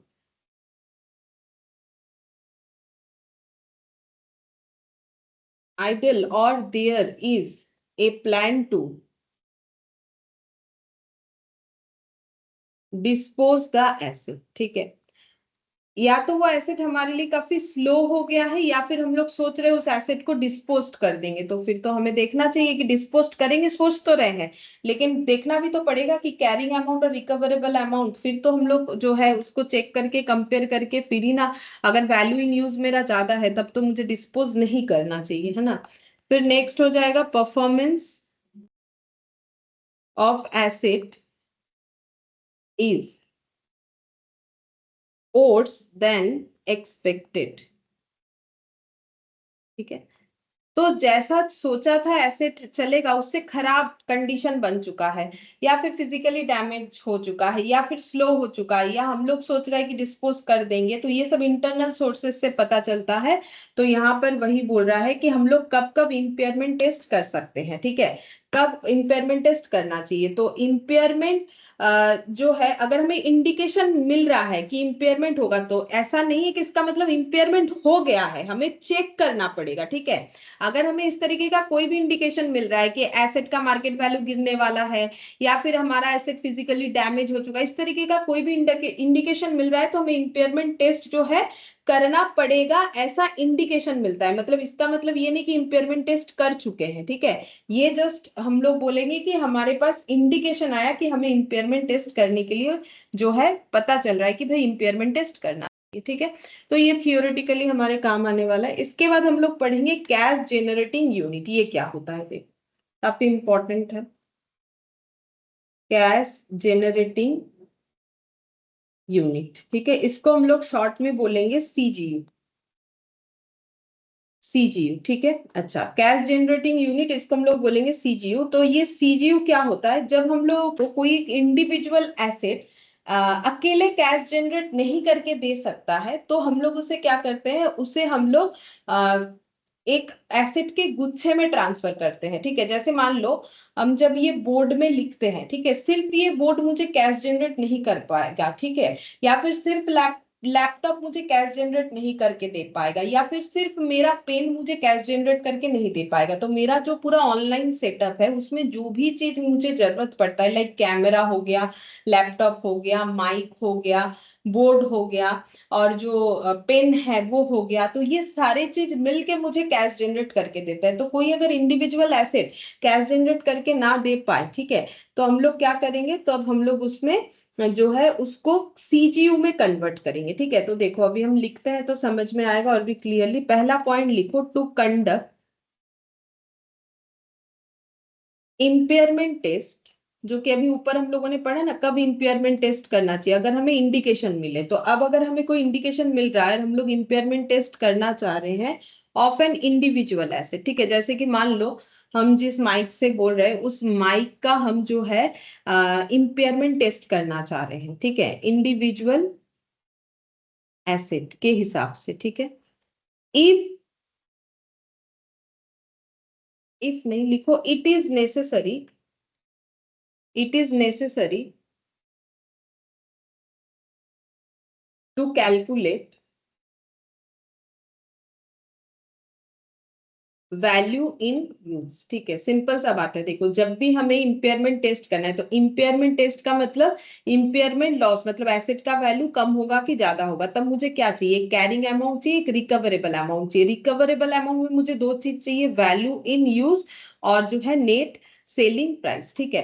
तो अब यहाँ पर क्या बोला, to conduct impairment test of an individual asset it is necessary to calculate value in use. तो हमारे पास देखो वैल्यू इन यूज होना जरूरी है। ये अगर जीरो भी आए, जैसे कि किसी किसी क्वेश्चन में हम लोगों ने देखा, चलेगा, लेकिन ये तो कुछ होना चाहिए ना, ये हमें कैलकुलेट जरूर करना चाहिए, जो कि हमारे पास कुछ ना कुछ डेटा प्रैक्टिकल लाइफ में भी होगा, क्वेश्चन में भी देगा कि वैल्यू इन यूज, ठीक है। तो हमें उसका वैल्यू इन यूज निकालना है। लेकिन अगर कोई एसेट इंडिविजुअली कोई वैल्यू इन यूज हमें नहीं लाके दे सकता है, जैसे मैंने बोला कि मेरा माइक इंडिविजुअली मुझे वैल्यू इन यूज नहीं जनरेट करके दे सकता है, तो फिर मेरे माइक का हम कैसे इंपेयरमेंट टेस्टिंग करेंगे, तो वही बोल रहा है, तब हम लोग उसे सीजीयू में ट्रांसफर करेंगे। देखो सेकेंड पॉइंट लिखने से समझ में आएगा, समटाइम्स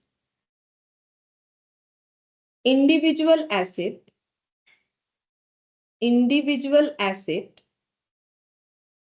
डू नॉट हैव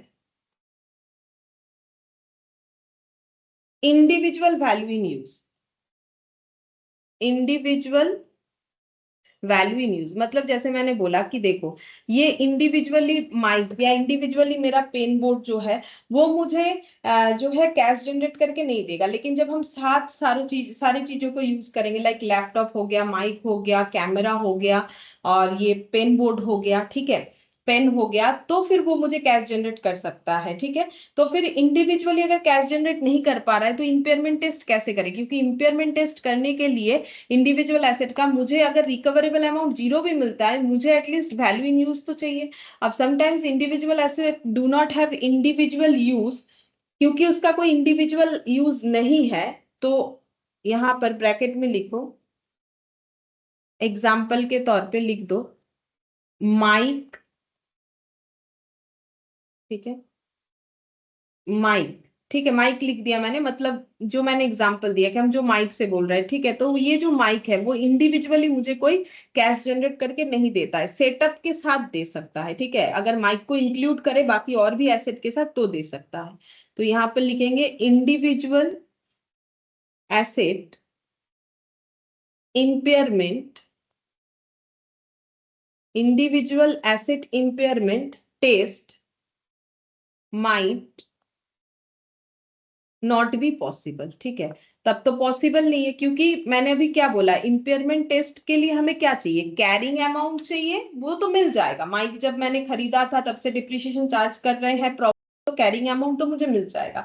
लेकिन कैरिंग अमाउंट के साथ रिकवरेबल अमाउंट चाहिए। रिकवरेबल अमाउंट के लिए मुझे दो चीज चाहिए, एक है नेट सेलिंग प्राइस जो कि जीरो हो सकता है, कोई प्रॉब्लम नहीं है, वो अगर नहीं भी मिले चलेगा, लेकिन मुझे वैल्यू इन यूज तो चाहिए। लेकिन अगर मेरा asset individually value in use generate करने के लिए इनकेपेबल है, तो फिर हम इंपेयरमेंट टेस्ट कैसे करें, तो impairment test is not possible. तो इन सच सिचुएशन क्या होगा, तो लिखो in such case in such case we will conduct impairment test as impairment test as CGU। ठीक है, तो हम लोग इंपेयरमेंट टेस्ट कैसे करेंगे, इंडिविजुअली एसेट का नहीं कर पा रहे हैं तो यूनिट के हिसाब से करेंगे। कैश जनरेट कितना हो रहा है कैसे निकालेंगे, यूनिट के हिसाब से। ठीक है, तो सीजीयू के हिसाब से करेंगे। अब ये सीजीयू क्या होता है, CGU is a group of asset that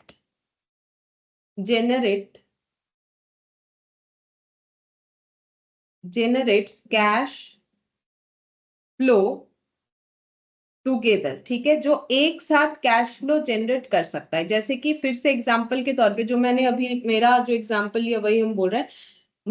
teaching यहाँ पर लिख देते हैं, ऑनलाइन टीचिंग सेटअप। ठीक है, मतलब मेरा जो ऑनलाइन टीचिंग सेटअप है वही तुम लोग याद रखो। जैसे कि उसमें आ जाएगा, मान लो लैपटॉप आ गया, ठीक है, और कैमरा आ गया,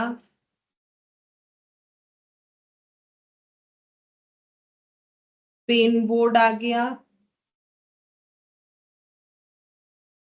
और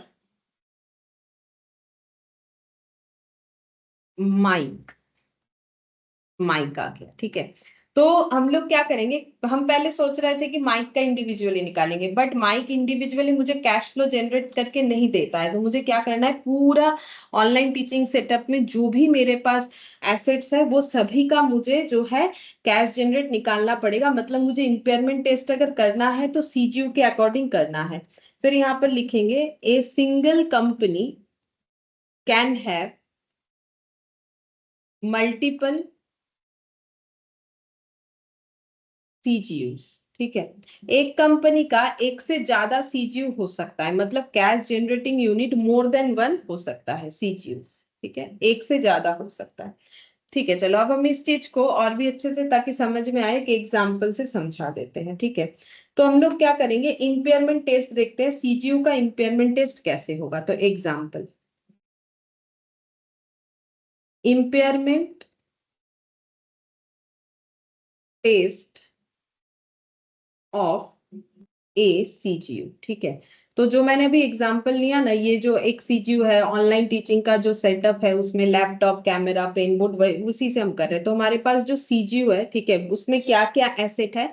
सीजीयू का मतलब क्या हो गया, ग्रुप ऑफ एसेट। तो हमारे पास ग्रुप ऑफ एसेट में है एक लैपटॉप, ठीक है, एक कैमरा, ठीक है, दूसरा है माइक और पेन बोर्ड।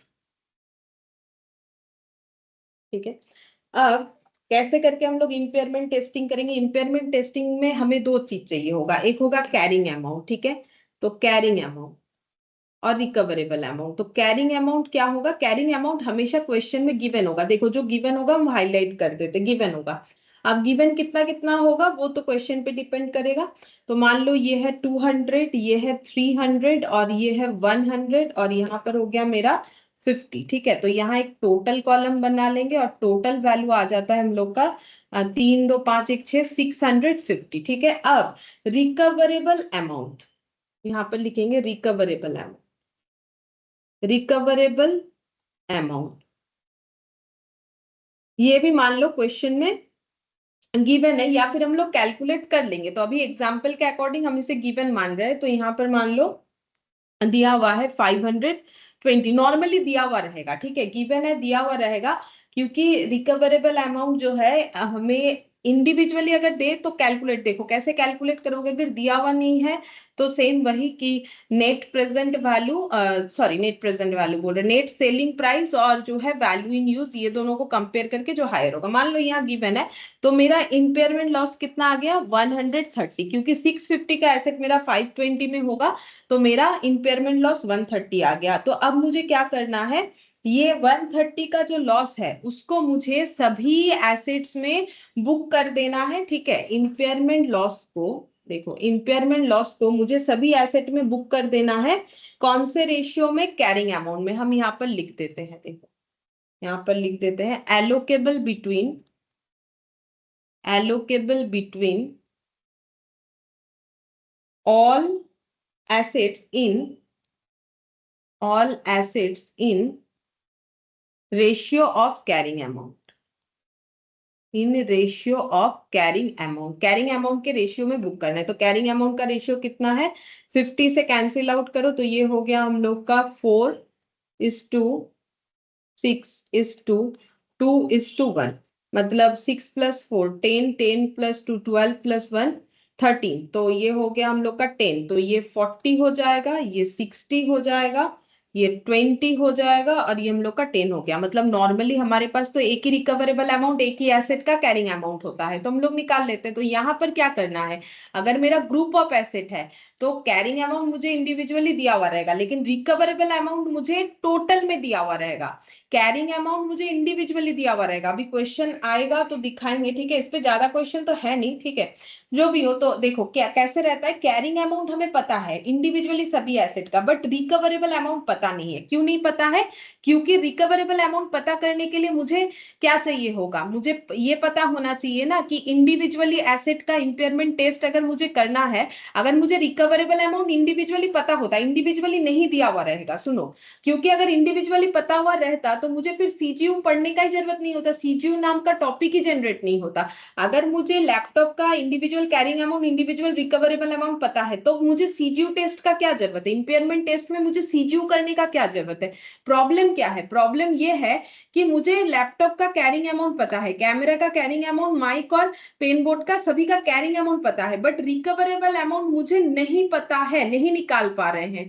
तो मुझे क्या करना पड़ेगा, क्योंकि मुझे रिकवरेबल अमाउंट नहीं पता है, तो मुझे क्या करना पड़ेगा, मुझे उसका सीजीयू टेस्ट, क्यों नहीं पता है, क्योंकि कोई भी एसेट इनमें से इंडिविजुअली मुझे कैश फ्लो जनरेट नहीं करके देता है। क्योंकि रिकवरेबल अमाउंट अगर मुझे पता करना है ना, मुझे दो चीज चाहिए, एक चाहिए वैल्यू इन यूज और एक चाहिए मुझे नेट सेलिंग प्राइस। ये अगर नहीं भी मिला तो भी चलेगा, कम से कम वैल्यू इन यूज मिले, नहीं तो कैसे निकालेंगे। अब वैल्यू इन यूज क्यों नहीं है, क्योंकि इंडिविजुअली ये सारे एसेट जो है वैल्यू जनरेट कर, मतलब कैश जनरेट नहीं करके दे सकते, तभी तो हम लोगों ने इसको यूनिट बना लिया। तो यूनिट में मतलब टोटल में मुझे पता है कि ये चारों एसेट मिलके मुझे इतना रिकवरेबल अमाउंट दे सकता है। तो क्वेश्चन में ये इंडिविजुअली गिवन होगा और ये हमेशा टोटल में गिवन होगा, चाहो तो लिख लो, टोटल में गिवन होगा, वही तो प्रॉब्लम है, ठीक है। तो हम लोग इसको कैसे डिस्ट्रीब्यूट करेंगे, तो हमें क्या करना है, यहाँ पर वही सीखने को मिला, इंपेयरमेंट टेस्ट अगर करना है तो हम लोगों को जो टोटल इंपेयरमेंट लॉस होगा उसको कैरिंग अमाउंट में, कैरिंग अमाउंट के रेशियो में डिस्ट्रीब्यूट कर देना है। तो हमें क्या मिल जाएगा, revised carrying amount after impairment loss, revised carrying amount after impairment loss, ठीक है। अगर ये इंडिविजुअली मिल जाता तो फिर मुझे सीजीयू करने का क्या जरूरत था, हम इसका इंडिविजुअल वैल्यू और इसका इंडिविजुअल वैल्यू लिख देते हैं। तो कैरिंग अमाउंट तो इंडिविजुअली मिल जाता है, क्योंकि सभी एसेट का अपना अपना परचेस कॉस्ट होगा, अपना अपना डिप्रिशिएशन होगा, जो लेस करने से कैरिंग अमाउंट जरूर मिलेगा। बट रिकवरेबल जो है यूनिट में मिल रहा है, 520 टोटल में मिल रहा है, इंडिविजुअली नहीं मिल रहा है, हम लोगों ने वो इंडिविजुअली चेक कर लिया, ठीक है। तो चेक करने का प्रोसेस मैंने बता दिया कैसे होगा। अच्छा, अब ये हम लोग का आ गया यहाँ पर जो है revise carrying amount after impairment loss, ठीक है। अब टोटल में भी चाहो तो निकाल सकते हो, टोटल कॉलम में, यहाँ मेरे यहाँ जगह नहीं, अगर तुम लोग टोटल लिखना चाहो तो आई थिंक 520 ऐसा अमाउंट आ रहा है, ठीक है। ये हो गया पहला एग्जाम्पल। अच्छा, दूसरा होता है सीजीयू का इंपेयरमेंट टेस्ट गुडविल पे होता है, ठीक है। तो इस पे भी हमें क्वेश्चन पूछता है, एग्जाम्पल 2 गुडविल, गुडविल, ठीक है। गुडविल में क्या हो जाएगा, देखो, इंडिविजुअल इम्पेयरमेंट टेस्ट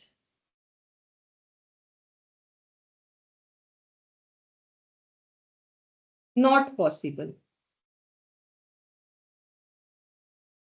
ठीक है।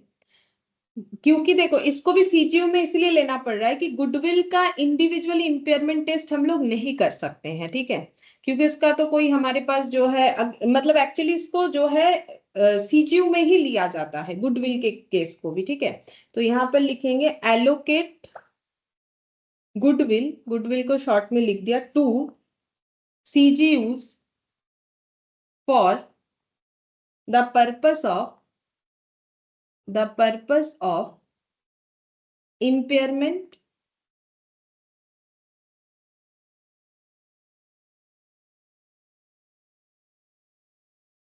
टेस्ट, ठीक है। तो देखो, इंडिविजुअल इंपेयरमेंट टेस्ट जो है गुडविल का पॉसिबल नहीं माना जाता है कि गुडविल को हम लोग इंडिविजुअली उसका इंपेयरमेंट टेस्ट करें। मतलब गुडविल का ये मतलब इंडिविजुअली कैरिंग अमाउंट के साथ साथ रिकवरेबल अमाउंट मिल पाना मुश्किल है। मतलब इसका वैल्यू इन यूज मिल पाना मुश्किल है इंडिविजुअली, ठीक है, क्योंकि गुडविल अकेले कुछ कैश जनरेट नहीं कर सकता है। गुडविल के साथ बाकी चीज मिले तो ही वो कैश जनरेट कर सकता है। अगेन इसको हमें सीजीयू में देके ही इंपेयरमेंट टेस्ट बुक करना है, ठीक है। अब मान लेते हैं ए लिमिटेड बोल के कोई कंपनी है, उसका दो सीजीयू है। मैंने थोड़ी देर पहले ही बोला कि एक एंटरप्राइज का मल्टीपल सीजीयू हो सकता है, ठीक है। ये सिंगल कंपनी है, मल्टीपल सीजीयूज, ठीक है। तो मान लो सीजीयू 1 है, मतलब कैश जनरेटिंग यूनिट 1 है, और सीजीयू जो है 2 है, ठीक है। सीजीयू 1 क्या है, मान लो ये कंपनी जो है वो पढ़ाने वाली है, तो मान लो वही ऑनलाइन टीचिंग सेटअप एक इनका सीजीयू है, जिसमें क्या क्या एसेट आ जाएगा, लैपटॉप, कैमरा और pen board,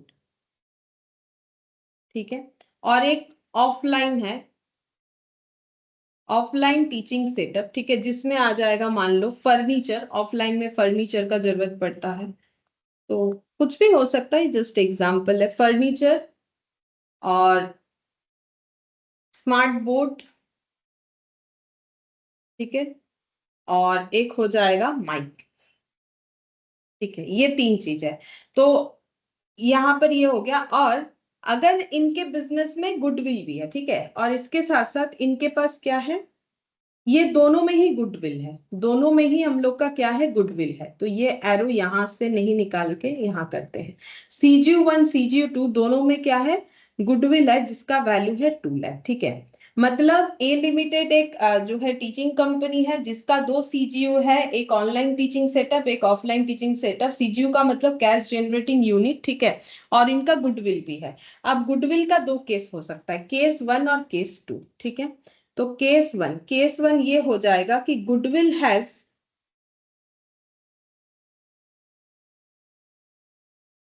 benefit in the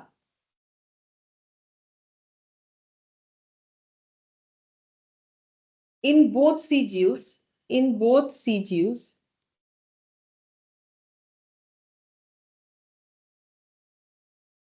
in the ratio of, in the ratio of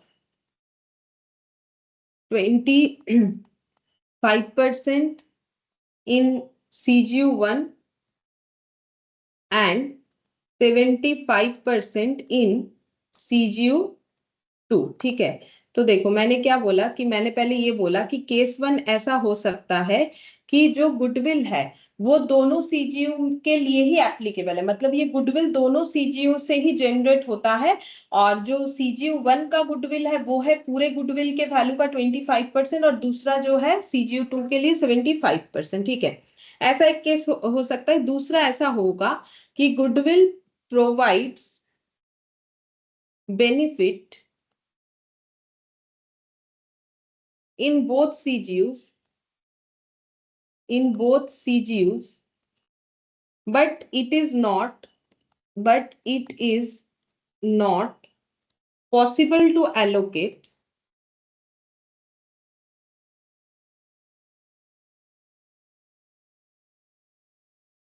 in any ratio। मतलब जो गुडविल है वो दोनों सीजीयू पे ही है, बट हम लोग ये आइडेंटिफाई नहीं कर पा रहे हैं कि किस पे कितना है, ठीक है। हम लोग ये आइडेंटिफाई नहीं कर पा रहे किस पे कितना है। तो इस केस को हम लोग बोलते हैं कि गुडविल इज नॉट एलोकेबल। तो हम लोग एलोकेट नहीं कर पा रहे हैं CGU1 में कितना है, CGU2 में कितना है, इसको हम लोग बोलते हैं गुडविल इज एलोकेबल, मतलब हम लोग ये बता पा रहे हैं कि CGU1 में कितना गुडविल, मतलब ratio can be identified and ratio can't be identified, मतलब गुडविल को हम लोग अगर मोर देन 1 CGU है तो उसको अगर प्रॉपरली रेशियो में डिस्ट्रीब्यूट कर पा रहे हैं तो गुडविल इज एलोकेबल, नहीं कर पा रहे तो गुडविल इज नॉट एलोकेबल।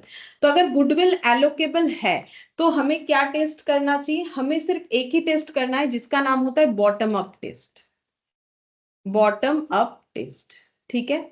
और अगर गुडविल नॉट एलोकेबल है तो उस केस में हमें क्या करना है, उस केस में हमें दो बार टेस्ट करना है, use both bottom up and top down approach, ठीक है। अभी ये एग्जांपल देंगे तो समझ में आ जाएगा, ठीक है। ये जो मैंने मतलब पॉइंट्स भी लिखवाया और इसके साथ साथ ये जो है रेशियोज वगैरह भी दिया है, तो इसको हम पूरा समझाते हैं कि कैसे होगा। अब मान लो पहला केस, केस वन, जो केस वन लिखा है ना कि गुडविल इज एलोकेबल, अगर ऐसा होता है तो केस वन यहाँ पर लिखेंगे benefit in both CGU, benefit in both CGU 25% for CGU1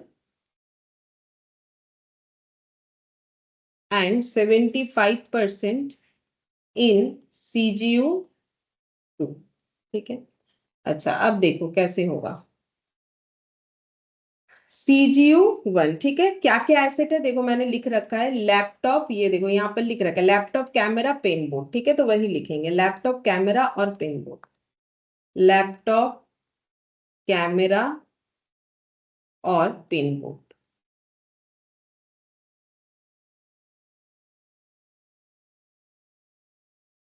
pen board, और एक एसेट है गुडविल, ठीक है, और एक एसेट है गुडविल।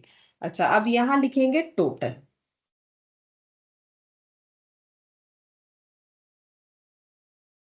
यहां लिखेंगे टोटल, ठीक है। अच्छा अब देखो कैरिंग अमाउंट क्या होगा, क्वेश्चन में गिवन होगा, कैसे गिवन होगा, इंडिविजुअली गिवन होगा। जैसे कि मान लो ये है 10 लाख, कैमरा है 5 लाख, ठीक है, पेन बोर्ड है मान लो 5 लाख, ठीक है, और ये हो जाएगा यहाँ पर गुडविल कितना हो जाएगा, गुडविल टोटल है 2 लाख, 2 लाख का यहाँ पर 25%, तो 2 लाख का 25% हो जाता है 50,000, 50,000 मतलब 0.5 लाख। अब टोटल कर लेते हैं, 5 5 10 10 20 20.5 लाख, ये बन गया, ठीक है, टोटल। अच्छा अब हम लोग को क्या करना है, रिकवरेबल अमाउंट, ये भी हमें गिवन है लेकिन इन टोटलिटी गिवन है, ठीक है। रिकवरेबल अमाउंट है 18 लाख, तो हम लोग क्या करेंगे, इम्पेयरमेंट लॉस हो रहा है, चेक करेंगे कितना हो रहा है, तो ये हो गया 2.5 लाख का इम्पेयरमेंट लॉस, क्योंकि 20.5 लाख का वैल्यू जो है वो 18 लाख हो रहा है, मतलब वैल्यू कम हो रहा है। अब क्योंकि ये गुडविल वाला टेस्टिंग है तो यहाँ पर हमें क्या करना है, यहाँ पर हम लोग सबसे पहले फर्स्ट एलोकेट, ये जो लॉस है इसको क्या करना है, प्रीवियस वाले में हम लोगों ने क्या किया था, इस लॉस को सभी एसेट पे डिस्ट्रीब्यूट कर दिया, बट यहाँ पर ऐसे करने से पहले एक स्टेप और करना है, फर्स्ट एलोकेट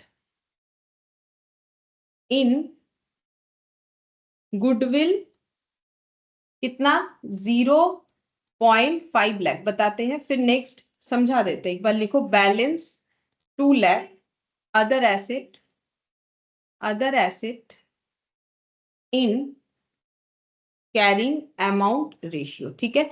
नॉर्मली हम लोगों ने क्या देखा था, जो इंपेयरमेंट लॉस है उसे कैरिंग अमाउंट में हम लोग, कैरिंग अमाउंट में जो रेशियो आ रहा है उसमें डिस्ट्रीब्यूट करेंगे, लेकिन यहाँ पर क्या करना है, सबसे पहले लॉस जो आ रहा है उससे गुडविल को राइट ऑफ करना है, तो ठीक है, लॉस कितना है 2.5 लाख, आराम से 0.5 लाख हम लोग राइट ऑफ कर सकते, गुडविल 0 हो जाएगा। इसका मतलब क्या है, देखो क्यों गुडविल को पहले राइट ऑफ किया जाता है, क्योंकि एस हमें बोल रहा है कि अगर आपके बिजनेस में गुडविल है फिर भी आपका इंपेयरमेंट लॉस हो रहा है, मतलब एक्चुअली मार्केट में आपका कोई गुडविल नहीं है, आप सिर्फ बुक्स में गुडविल दिखा रहे हैं, तो उस गुडविल को राइट ऑफ कर दो, क्योंकि वो फिर मीनिंगलेस होता है, ठीक है। तो इसीलिए अगर गुडविल रहते रहते इंपेयरमेंट लॉस हो गया तो सबसे पहले गुडविल को राइट ऑफ कर देंगे पूरे इंपेयरमेंट लॉस के वैल्यू से, फिर जो वैल्यू बचेगा उसे हमें डिस्ट्रीब्यूट कर देना है बाकी एसेट पे, कैरिंग अमाउंट पे, तो कितना बच रहा है 2.5 माइनस 0.5 कर दिया तो हम लोग का बच रहा है 2 लाख। 2 लाख को हमें डिस्ट्रीब्यूट करना है इन द रेशियो ऑफ 2:1:1, क्योंकि देखो कैरिंग अमाउंट यही आ रहा है। मतलब ये हो गया ये हो गया 2 लाख और ये हो गया 2 + 3 + 1 4। 2/4 ये 5 लाख आ जाएगा, ठीक है। 1 लाख आएगा शायद। 2/4 कितना आएगा? 2 × अच्छा ये मेरा आ रहा है 10 5 2 1 1, ठीक है, रेशियो 2:1 1 होगा। अच्छा टोटल हो जाएगा 5। 2 लाख × 2 / 5। 0.8 आ गया, एक सेकंड। 0.5 चला गया तो 2 - 0.5, तो ये तो 2 लाख ही आएगा। 2 - 2.5, अच्छा 2.5 - 0.5, ठीक है 2 लाख। अच्छा 2 लाख को हमें डिस्ट्रीब्यूट करना है, तो रेशियो 10 लाख 5 लाख 5 लाख, ठीक है। रेशियो है हम लोग का 10 लाख 5 लाख 5 लाख, ठीक तो किया है मैंने 10 5 5 5, मतलब 20। अच्छा तो 1/2 हो रहा है। 2 लाख × 2 / 5, 0.8 आ जा रहा है। गड़बड़ क्या है? एक सेकेंड। मैम वो रेशियो 2:1:1 है ना, तो 2 + 1 3 और 3 + 1 4 होगा ना। हाँ हाँ 4 होगा, वही कुछ तो गलत हो रहा है मेरे से, मैंने 4 की जगह 5 कर दिया, इस वजह से हो रहा है। 2/4 × 2। अब ठीक है 1 लाख आना चाहिए, ठीक है। हाँ अब 1 लाख आ गया। अब 2/4 ये हो जाएगा हम लोग का। नेक्स्ट वाला हो जाएगा, इसका आधा होना चाहिए, ठीक है। 1 का आधा मतलब 0.5 हो जाएगा, और ये वाला भी 0.5 हो जाएगा, ठीक है। तो मेरे पास जो रिवाइज्ड कैरिंग अमाउंट बचेगा, रिवाइज्ड कैरिंग अमाउंट, ठीक है, वो कितना हो जाएगा? इन दोनों का डिफरेंस 9 लाख, इन दोनों का डिफरेंस 4.5 लाख, और इन दोनों का डिफरेंस 4.5 लाख, ठीक है। 4.5 लाख ये हो जाएगा, ठीक है। तो ये हो गया वो वाला केस कि अगर हम लोग का सीजीयू जो है उसमें गुडविल है और गुडविल एलोकेबल है तो क्या होगा। तो इसमें दो चीज बनेगा, एक तो सी 25% के अकॉर्डिंग, एक 75% के अकॉर्डिंग। अगर 75% के अकॉर्डिंग करके बताते हैं, यहाँ मैंने दिखाया कि हम लोग का इम्पेयरमेंट लॉस आया, तो लॉस आने से पहले गुडविल से राइट ऑफ करेंगे, क्योंकि इसका मतलब प्रैक्टिकली हमारे पास कोई गुडविल नहीं है, हम लोग सिर्फ बुक्स में दिखा रखे। तो ये बोल रहा है इम्पेयरमेंट लॉस भी है गुडविल भी है, ये कैसा बात है कि मेरे बिजनेस में गुडविल है फिर भी मेरा इम्पेयरमेंट लॉस है। तो फिर गुडविल को हटाओ, गुडविल किसी काम का नहीं है। और इसमें दूसरा वाला केस यहाँ पर हम लोग करेंगे CGU2, ठीक है, CGU2, और इसमें हम लोग का एसेट था फर्नीचर, ठीक है, furniture, smart board,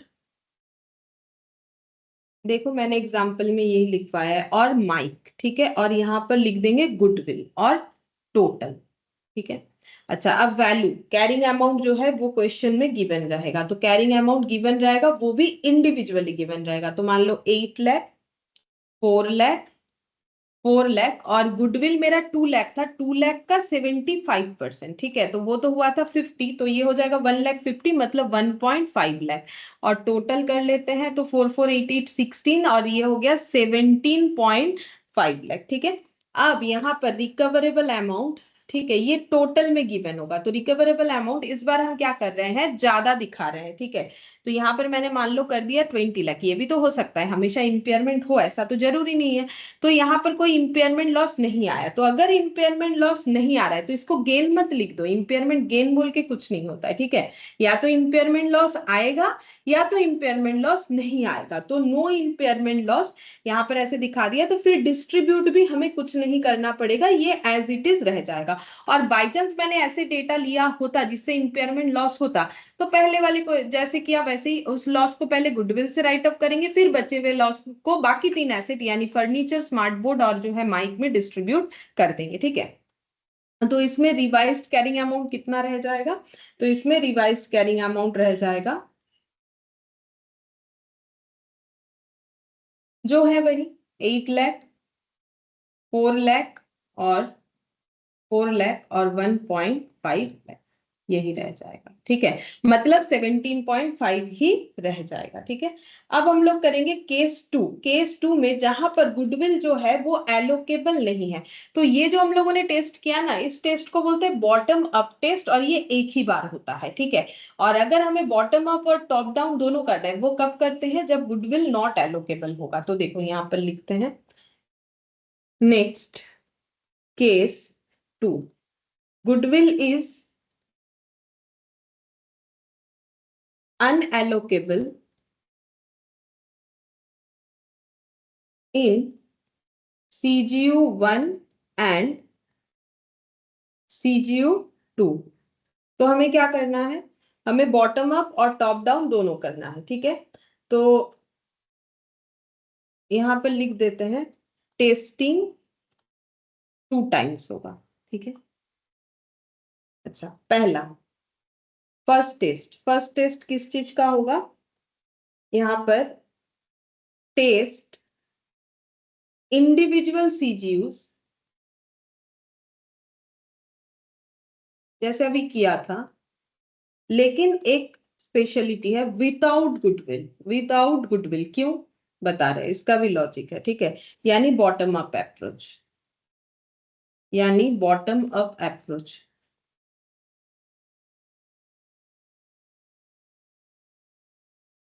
without goodwill क्यों होगा?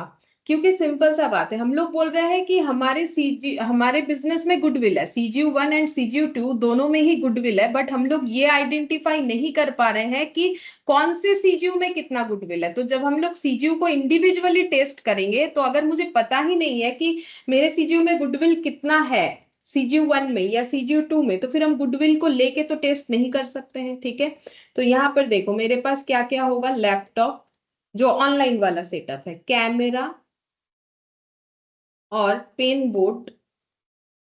ठीक है, और गुडविल हम लोगों ने लास्ट बार लिखा था ना, इस बार लिख के काट दो, याद रहेगा। गुडविल यहाँ नहीं आएगा, क्यों नहीं आएगा? एलोकेट वैल्यू क्या लिखे, वैल्यू ही तो नहीं लिख सकते, क्योंकि पता ही तो नहीं है कि गुडविल CGU1 के लिए कितना एप्लीकेबल है, CGU2 के लिए कितना एप्लीकेबल है। ठीक है, फिर यहाँ पर हमें कैरिंग अमाउंट जो है वो क्वेश्चन में गिवन होगा, वो भी इंडिविजुअली गिवन होगा। जैसे कि यहाँ लिख दिया 10 लाख, यहाँ लिख दिया 5 लाख, यहाँ लिख दिया 5 लाख। ठीक है, और यहाँ पर टोटल में लिख देंगे 20 लाख। ठीक है, फिर रिकवरेबल अमाउंट ये भी हमें गिवन होगा, बट इन टोटलिटी। ठीक है, तो मान लो ये है 18 लाख, जैसे ही ऐसे हुआ तो हम लोग का क्या आ गया, 2 लाख का इंपेयरमेंट लॉस आ गया। अब पहले क्या कर रहे थे, गुडविल में एडजस्ट कर रहे थे, बट यहाँ पर तो गुडविल है ही नहीं, तो सारे जो जो 2 लाख है बचा हुआ फिर कहाँ जाएगा, सारे एसेट्स पे चला जाएगा। ठीक है, कौन से रेशियो में, कैरिंग अमाउंट के रेशियो में। जब गुडविल है ही नहीं तो कैसे होगा? तो अगर चाहो तो अपनी याद रखने के लिए लिख सकते हो, बाकी ये तो समझ में आ जाएगा। No goodwill allocate, no goodwill that is allocate, इसका मतलब क्या करना है, therefore allocate in other asset, in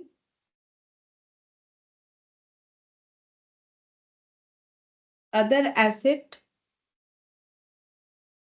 in carrying amount ratio.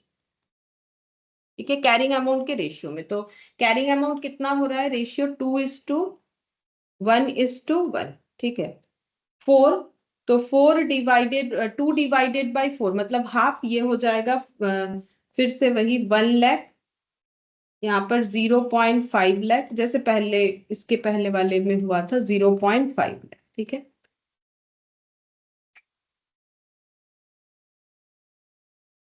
तो यहाँ पर आ जाएगा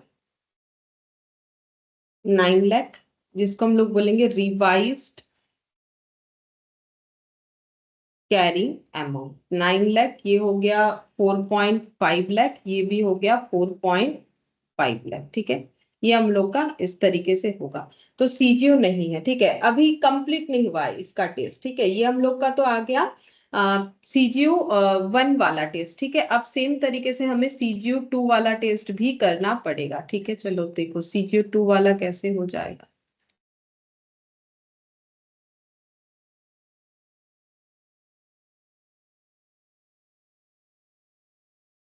ठीक है। अब CGU2, तो CGU2 में हम लोग का जो ऑनलाइन ऑफलाइन सेटअप के लिए था, फर्नीचर, स्मार्ट बोर्ड और माइक। ठीक है। कैरिंग अमाउंट गिवन होगा, वो भी इंडिविजुअली क्वेश्चन में 8 लाख, 4 लाख और 4 लाख। गुडविल यहाँ पर नहीं होगा क्योंकि एलोकेट कैसे करें, वैल्यू ही तो पता नहीं है। ठीक है, एलोकेट रेशियो नहीं है तो कैसे होगा। प्रैक्टिकल लाइफ में यही ज्यादा होता है, रेशियो निकालना उतना आसान नहीं होता है कि कौन से सीजू में कितना गुडविल गया। टोटल में ही हम लोग सिर्फ आइडेंटिफाई कर सकते हैं। तो 16 लाख। अब जो रिकवरेबल अमाउंट है वो भी गिवन होगा बट इन टोटलिटी। ठीक है, टोटल में दिया हुआ है मान लो 17 लाख, तो यहाँ भी कोई इंपेयरमेंट लॉस नहीं आया। अगर इंपेयरमेंट लॉस नहीं आया तो डिस्ट्रीब्यूट करने का भी जरूरत नहीं पड़ेगा, तो हम लोग का जो रिवाइज्ड कैरिंग अमाउंट है वो एज इट इज रह जाएगा 8 लाख, 4 लाख, 4 लाख। ठीक है, तो हम लोग का सेकेंड केस में जहां पर गुडविल एलोकेबल नहीं है वहां पर हम लोगों ने क्या निकाल लिया, हम लोगों ने बॉटम अप टेस्ट निकाल लिया। ठीक है, अब हम लोग करेंगे टॉप डाउन अप्रोच। ये क्या होता है, ठीक है, टॉप डाउन अप्रोच। तो टॉप डाउन अप्रोच में हम लोग क्या करेंगे, कंबाइन करेंगे CGU1 plus CGU2 plus goodwill को। ठीक है, इसको हम लोग बोलते हैं top down approach. Top down approach. ठीक है। अब ये CGU1, CGU2 और गुडविल ये कंबाइन क्यों कर रहे हैं, कंबाइन कर दे रहे CGU1 CGU2 के साथ गुडविल, क्योंकि हमें इंडिविजुअली तो नहीं पता CGU1 का कितना है, CGU2 का कितना है, बट हम लोग को ये जरूर पता है कि दोनों में गुडविल कितना है, दोनों में मिला के 2 लाख का है, वो तो पता है। ठीक है, तो अब हम लोग जब लिखेंगे तो ऐसे लिखेंगे CGU1, CGU1 इसमें टोटल एसेट, CGU2 इसका टोटल एसेट का वैल्यू और गुडविल। ठीक है, इसमें हम लोग लिखेंगे कैरिंग अमाउंट। कैरिंग अमाउंट कौन सा वाला लिखना है, रिवाइज्ड वाला लिखना है। मतलब इसके पहले हम लोगों ने जो बॉटम अप अप्रोच लिया उसमें जो रिवाइज्ड कैरिंग अमाउंट आया, जैसे देखो सेकंड वाले में हम लोग का रिवाइज्ड कैरिंग अमाउंट कितना आया, CGU2 के कैसे 4488 8 प्लस 8 16 लाख, तो यहाँ पर हम लोग लिख देंगे 16 लाख। अभी अभी निकाला ना, ये देखो 16 लाख आया।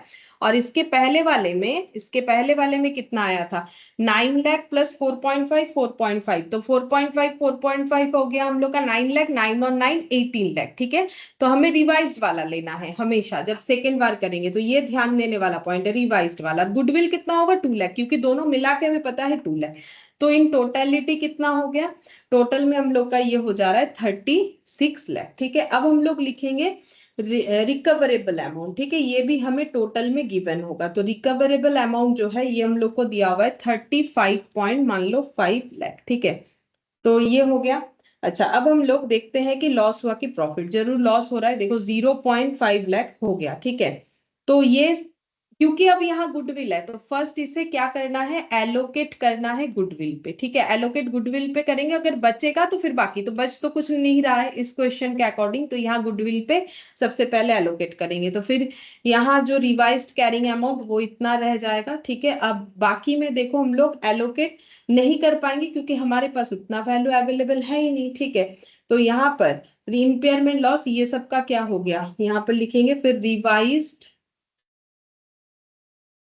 Carrying amount. ठीक है, तो रिवाइज्ड कैरिंग अमाउंट कितना आ जाएगा, इसका 18 लाख ही आ जाएगा, इसका 16 लाख ही आ जाएगा, क्योंकि रिकवरेबल अमाउंट तो हम लोग का 0 हो गया। ठीक है, और इम्पेयरमेंट लॉस जो है सिर्फ और सिर्फ हम लोग इसका बुक कर पाए गुडविल का। ठीक है, क्योंकि लॉस उतना था ही नहीं, तो ये आंसर आ जाएगा। ठीक है, तो ये चीज ध्यान रखो कि जब हमारा गुडविल रहेगा, अगर एलोकेबल है तब तो बॉटम अप टेस्ट, अगर नॉट एलोकेबल है तो 2 बार होगा, बॉटम अप होगा और जो है टॉप डाउन टेस्ट होगा। ठीक है, और जब हम लोग बॉटम अप टेस्ट करेंगे तब तो सिंपल है, जब टॉप डाउन टेस्ट करेंगे तो सेकेंड टाइम जब गुडविल को लेके करेंगे तब हमें क्या करना है, तब हमें रिवाइज्ड कैरिंग अमाउंट लेना है। ठीक है, और इसके पहले देखो यहाँ पर जब गुडविल एलोकेबल है तब तो काफी आसान है, गुडविल को ले लो, गुडविल को ले रहे हो, इम्पेयरमेंट लॉस अगर है तो पहले गुडविल को राइट ऑफ कर दो, उसके बाद लॉस फिर भी बचता है तो बाकी एसेट में कैरिंग अमाउंट में डिस्ट्रीब्यूट करना है।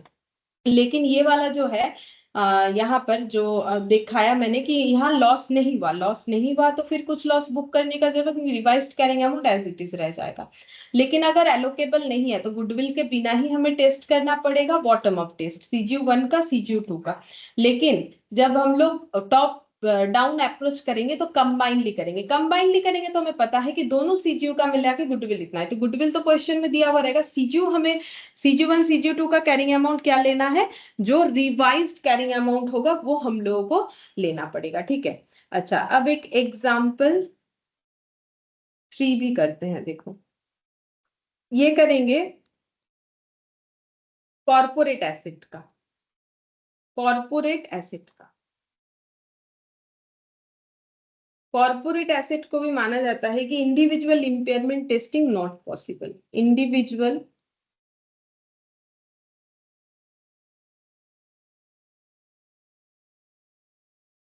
Individual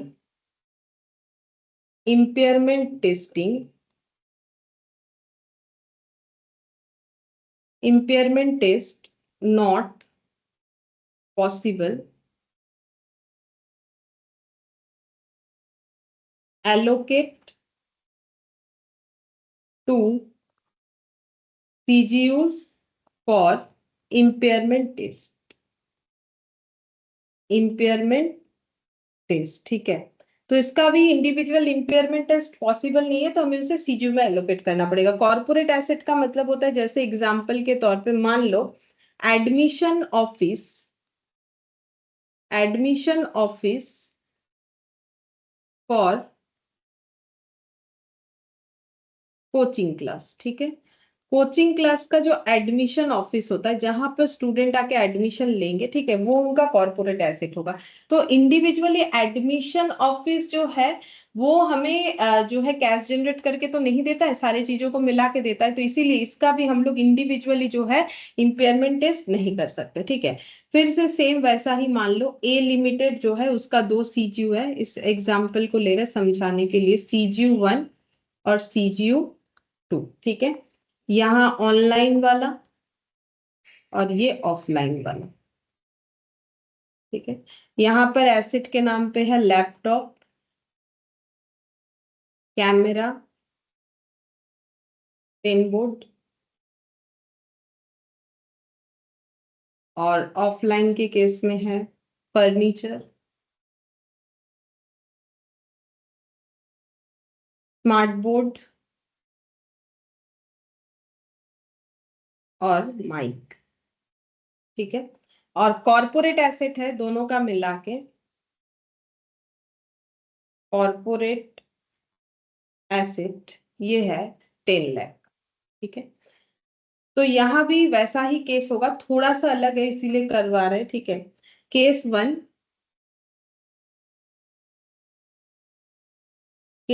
corporate has benefit in corporate asset has benefit in both CGUs in ratio of 30% in CGU1 and 70% in CGU2, ठीक है। अगर ऐसा है, ठीक है, तो कॉर्पोरेट एसेट इज एलोकेबल माना जाएगा। इसको हम लोग बोलेंगे जैसे गुडविल का हुआ, सेम थोड़ा अलग है, जहां अलग है हम बताएंगे। कॉर्पोरेट एसेट इज एलोकेबल, तो एक ही टेस्ट होगा, bottom up approach, bottom up approach ये करने से ही हो जाएगा, ठीक है। लेकिन अगर एलोकेबल नहीं है, corporate asset has benefit in both CGU, corporate asset has benefit in both CGUs but is not allocable in any ratio, जो कि प्रैक्टिकल लाइफ में होगा।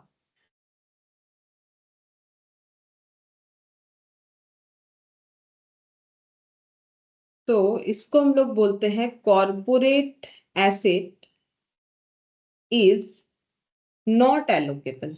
एलोकेबल नहीं है क्योंकि रेशियो नहीं बनेगा, तो एलोकेबल कैसे होगा। और अगर नहीं है तो इसमें हमें दो टेस्ट करना है, टू टाइम टेस्टिंग, दो बार टेस्ट करना है, या दो तरीके से करना है, two time testing, that is bottom up approach, bottom up approach and top down. ये दोनों टेस्टिंग हमें करना पड़ेगा, ठीक है। अच्छा, अब इसमें अलग चीज है क्या वो बताते हैं। देखो, थोड़ा सा अलग है, ज्यादा कुछ नहीं, ठीक है, लेकिन एग्जाम्पल नहीं देंगे तो नहीं समझ में आएगा। तो केस वन, ठीक है, अगर एलोकेबल है, केस वन है, एलोकेबल है in ratio of 30% in CGU1 and 70% in CGU2। ठीक है, अब CGU1 जो है उसमें हम लोग के पास एसेट है ऑनलाइन सेटिंग वाला लैपटॉप, कैमरा और पेन बोर्ड,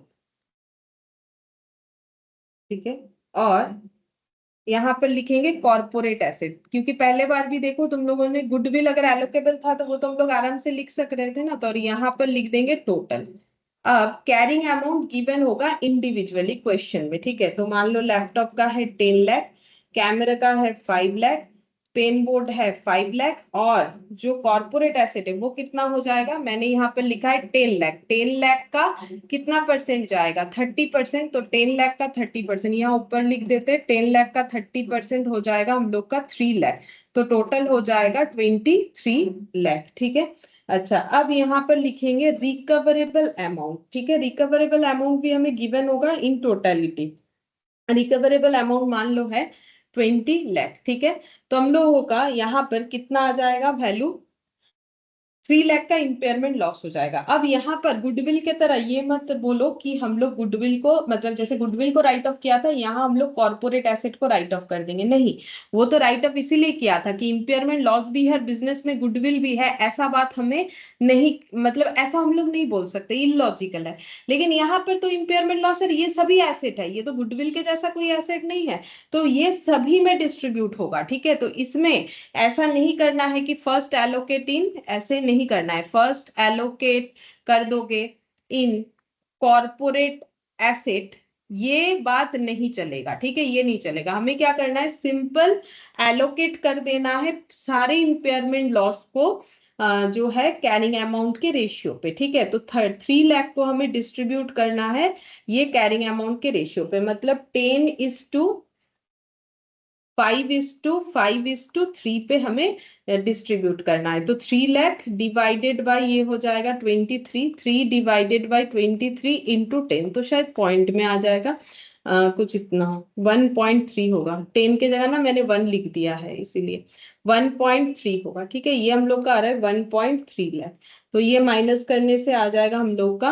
8.7 लाख। ये आ गया रिवाइज्ड कैरिंग अमाउंट, ठीक है। नेक्स्ट इस पे और इस पे। अच्छा, अब ये आ जाएगा, देखते हैं कितना आ रहा है, 3 डिवाइडेड बाय 23 इंटू 5, 0.65, 0.65 लाख। तो ये हम लोग का आ जाएगा 4.35 लाख, ठीक है। ये 4.35, ये भी उतना ही आ जाएगा, 0.65 लाख, 4.35 लाख। और ये हो जाएगा 3 डिवाइडेड बाई 23 इंटू 3, 0.39, जो है इसको हम राउंड कर देते हैं ताकि वो पॉइंट वॉइंट थोड़ा हट जाए, एग्जाम्पल ही तो है। तो ये हो जाएगा 3 - 0.4, 2.6 लाख, ठीक है, 2.6 लाख। तो ये हम लोग का रिवाइज्ड कैरिंग अमाउंट बुक हो गया। तो गुडविल से यही वाला डिफरेंस है कि जैसे वहां गुडविल में फर्स्ट एलोकेट कर रहे थे लॉस को, यहाँ पर ऐसा कुछ चीज नहीं होगा। फिर नेक्स्ट हम लोग जो है दूसरे CGU पे टेस्ट करेंगे, CGU टू, ठीक है। CGU2 में हमारे पास एसेट है फर्नीचर,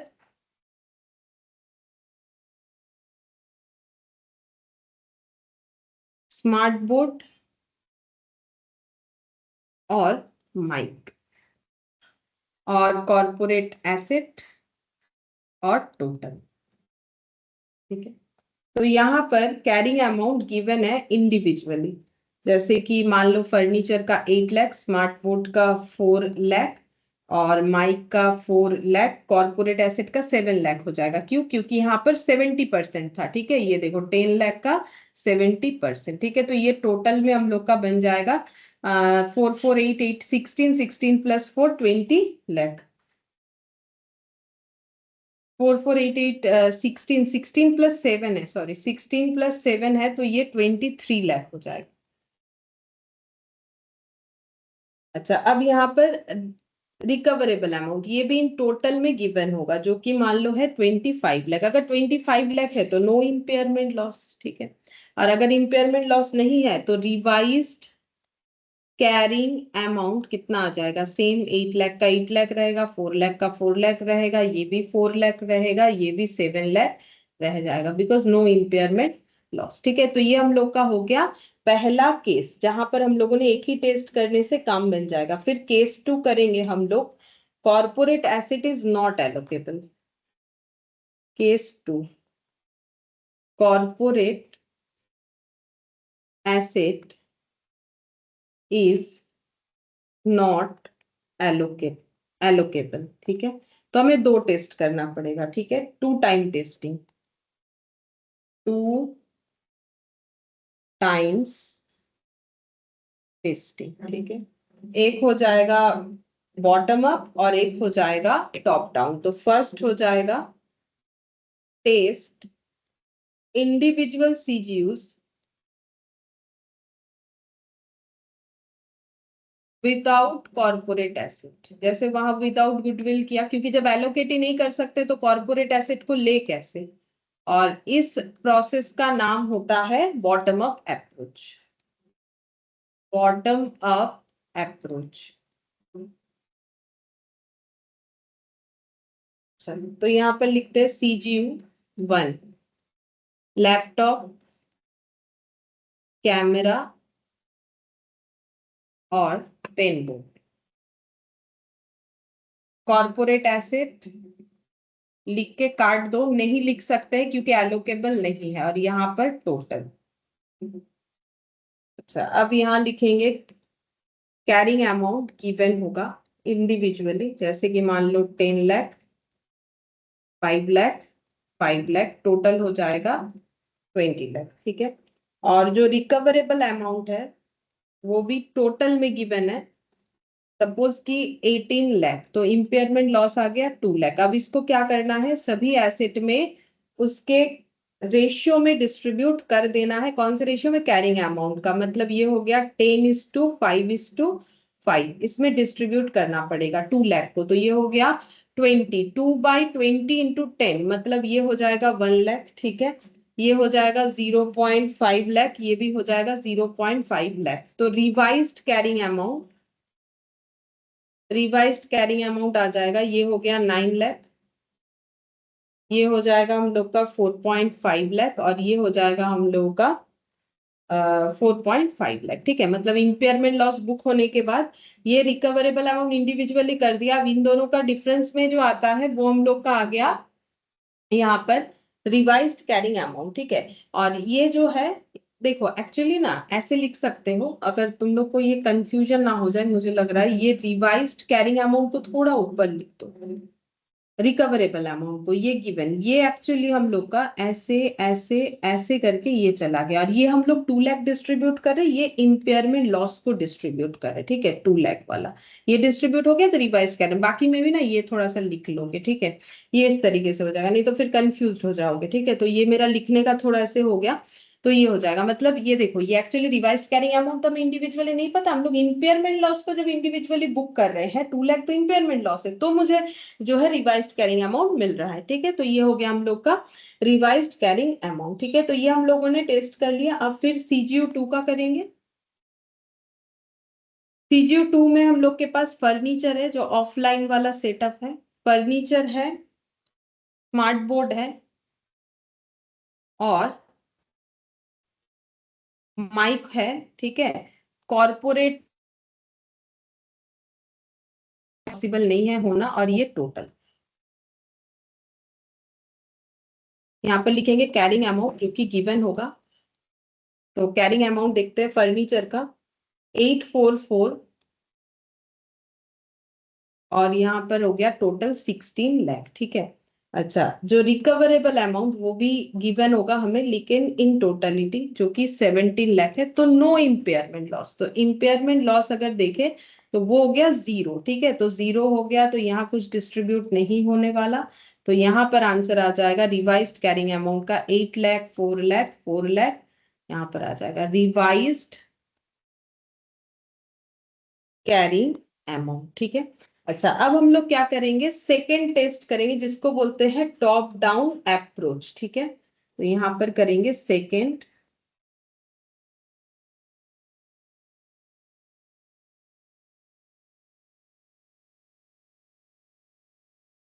टेस्ट, मतलब CGU1 प्लस CGU2 प्लस कर देंगे कॉर्पोरेट एसेट, क्योंकि दोनों में मिला के कॉर्पोरेट एसेट का वैल्यू तो जरूर पता है, इंडिविजुअली नहीं एलोकेट कर पाए अगर एलोकेबल नहीं है। टॉप डाउन अप्रोच, यहाँ पर अभी जो टेस्ट करेंगे that is called top down approach. तो CGU1, CGU2, कॉर्पोरेट एसेट, ठीक है, टोटल कैरिंग अमाउंट रिवाइज्ड, ठीक है। तो यहाँ पर हो जाएगा 10 लाख, कॉर्पोरेट एसेट था। रिवाइज्ड कैरिंग अमाउंट कितना कितना आया, CGU2 का आया हम लोग का 448816, ये देखो अभी यहाँ ऊपर किया हुआ है ना, इसके पहले वाला 9 और 4.5 4.5, मतलब 18 16 और 10। तो 18 16 और 10 हो जाएगा 44 लाख, ठीक है। अब रिकवरेबल अमाउंट सपोज गिवन है हम लोग को 46 लाख, ठीक है। तो कोई इंपेयरमेंट लॉस नहीं आया, ठीक है, ये तो डिस्ट्रीब्यूट नहीं होगा। इंपेयरमेंट लॉस जो है अगर कुछ नहीं आया तो वो भी डिस्ट्रीब्यूटेड नहीं होने वाला, ठीक है। तो हम लोग का ये बाकी आ जाएगा revised carrying amount 18 lakh, 16 lakh और 10 लाख, ये हो गया हम लोग का। यहाँ पर ये कैलकुलेशन होके आ गया, ठीक है। अच्छा, अब एक चीज और भी दे सकता है, मान लो कि हम लोगों का CGU1 है, CGU2 है, मतलब हम लोग का मान लो एक CGU है, एक एक इंडिविजुअल, ये एग्जांपल कंप्लीट हो गया। मान लो एक ऐसा कोई एग्जांपल है कि हम लोग के पास 1 CGU है, एक CGU है, एक कॉर्पोरेट एसेट है, और एक मान लो गुडविल है, तो उसका इंपेयरमेंट टेस्ट कैसे होगा। तो मान लो ऐसे हो सकता है, सीजीयू में लैपटॉप है मान लो, ठीक है, कैमरा है, और बोर्ड है, पेन बोर्ड है, और कॉर्पोरेट एसेट है जैसे कि मैंने क्वेश्चन में बोला, और गुडविल है, और यहाँ एक टोटल वैल्यू। तो क्या ट्रीटमेंट होगा अगर हमारे पास दोनों ही चीज है, अगर ये दिमाग में आ रहा है। तो देखो कैरिंग अमाउंट तो गिवन होगा, सपोज करो कि है 10 लाख, 5 लाख, 5 लाख, 10 लाख, 2 लाख, तो ये हो गया 32 लाख, ठीक है। अब रिवाइज्ड अमाउंट ये भी गिवन है, जो कि इंडिविजुअली तो है नहीं, तब तो इंडिविजुअल इंपेयरमेंट टेस्ट हम लोग कर ही लेते। तो ये मान लो है 25 लाख, ठीक है। तो इंपेयरमेंट लॉस ये कितना आ जाएगा, ये आ गया हम लोगों का 7 लाख। अब क्योंकि गुडविल है तो पहले एलोकेट करना पड़ेगा गुडविल में, फर्स्ट एलोकेट टू गुडविल, क्योंकि अगर गुडविल है तो फर्स्ट एलोकेट टू गुडविल। तो कितना गुडविल में एलोकेट हो जाएगा, इंपेयरमेंट लॉस 2 लाख, ठीक है। अब ये 0 हो गया, बचा कितना 5 लाख, ठीक है। और remaining remaining in other other asset in carrying amount ratio, carrying amount ratio पे हो जाएगा, ठीक है। तो बाकी देखो यहाँ पर हम लोग इस तरीके से डिस्ट्रीब्यूट कर देंगे। यहाँ पर हो जाएगा हम लोग का 5 लाख। 5 लाख को डिस्ट्रीब्यूट करना पड़ेगा, रेशियो हो जाएगा 10:5:5:10। ठीक है, तो ये हो गया लगभग 5 5 10 10 20 और 10 30। तो 5 लाख डिवाइडेड बाई 30 × 2, तो मैंने किया हुआ है, तुम लिख दे रहे 1.67 लाख ऐसे आएगा। ये देखो 1.67 लाख आ रहा है, मैंने कैलकुलेशन किया हुआ है इसीलिए हम लिख रहे हैं। 0.83, 0.83 और 1.67 इस तरीके से आएगा। ठीक है, तो इसका मतलब इसका आंसर हो गया 8.33, 4.17, 4.17 और 8.33। तो इसको हम लोग बोलेंगे रिवाइज्ड कैरिंग अमाउंट। ठीक है, ये आ जाएगा। अगर दोनों चीज है तो उसका कुछ कैलकुलेशन इस तरीके से होगा। तो मैंने ना एक बार सभी का एग्जाम्पल्स दे के ही बताने का कोशिश किया, क्योंकि नहीं तो फिर समझ में नहीं आएगा चीज। ठीक है, इसीलिए मैंने सारा यहाँ पर एग्जाम्पल से बता दिया।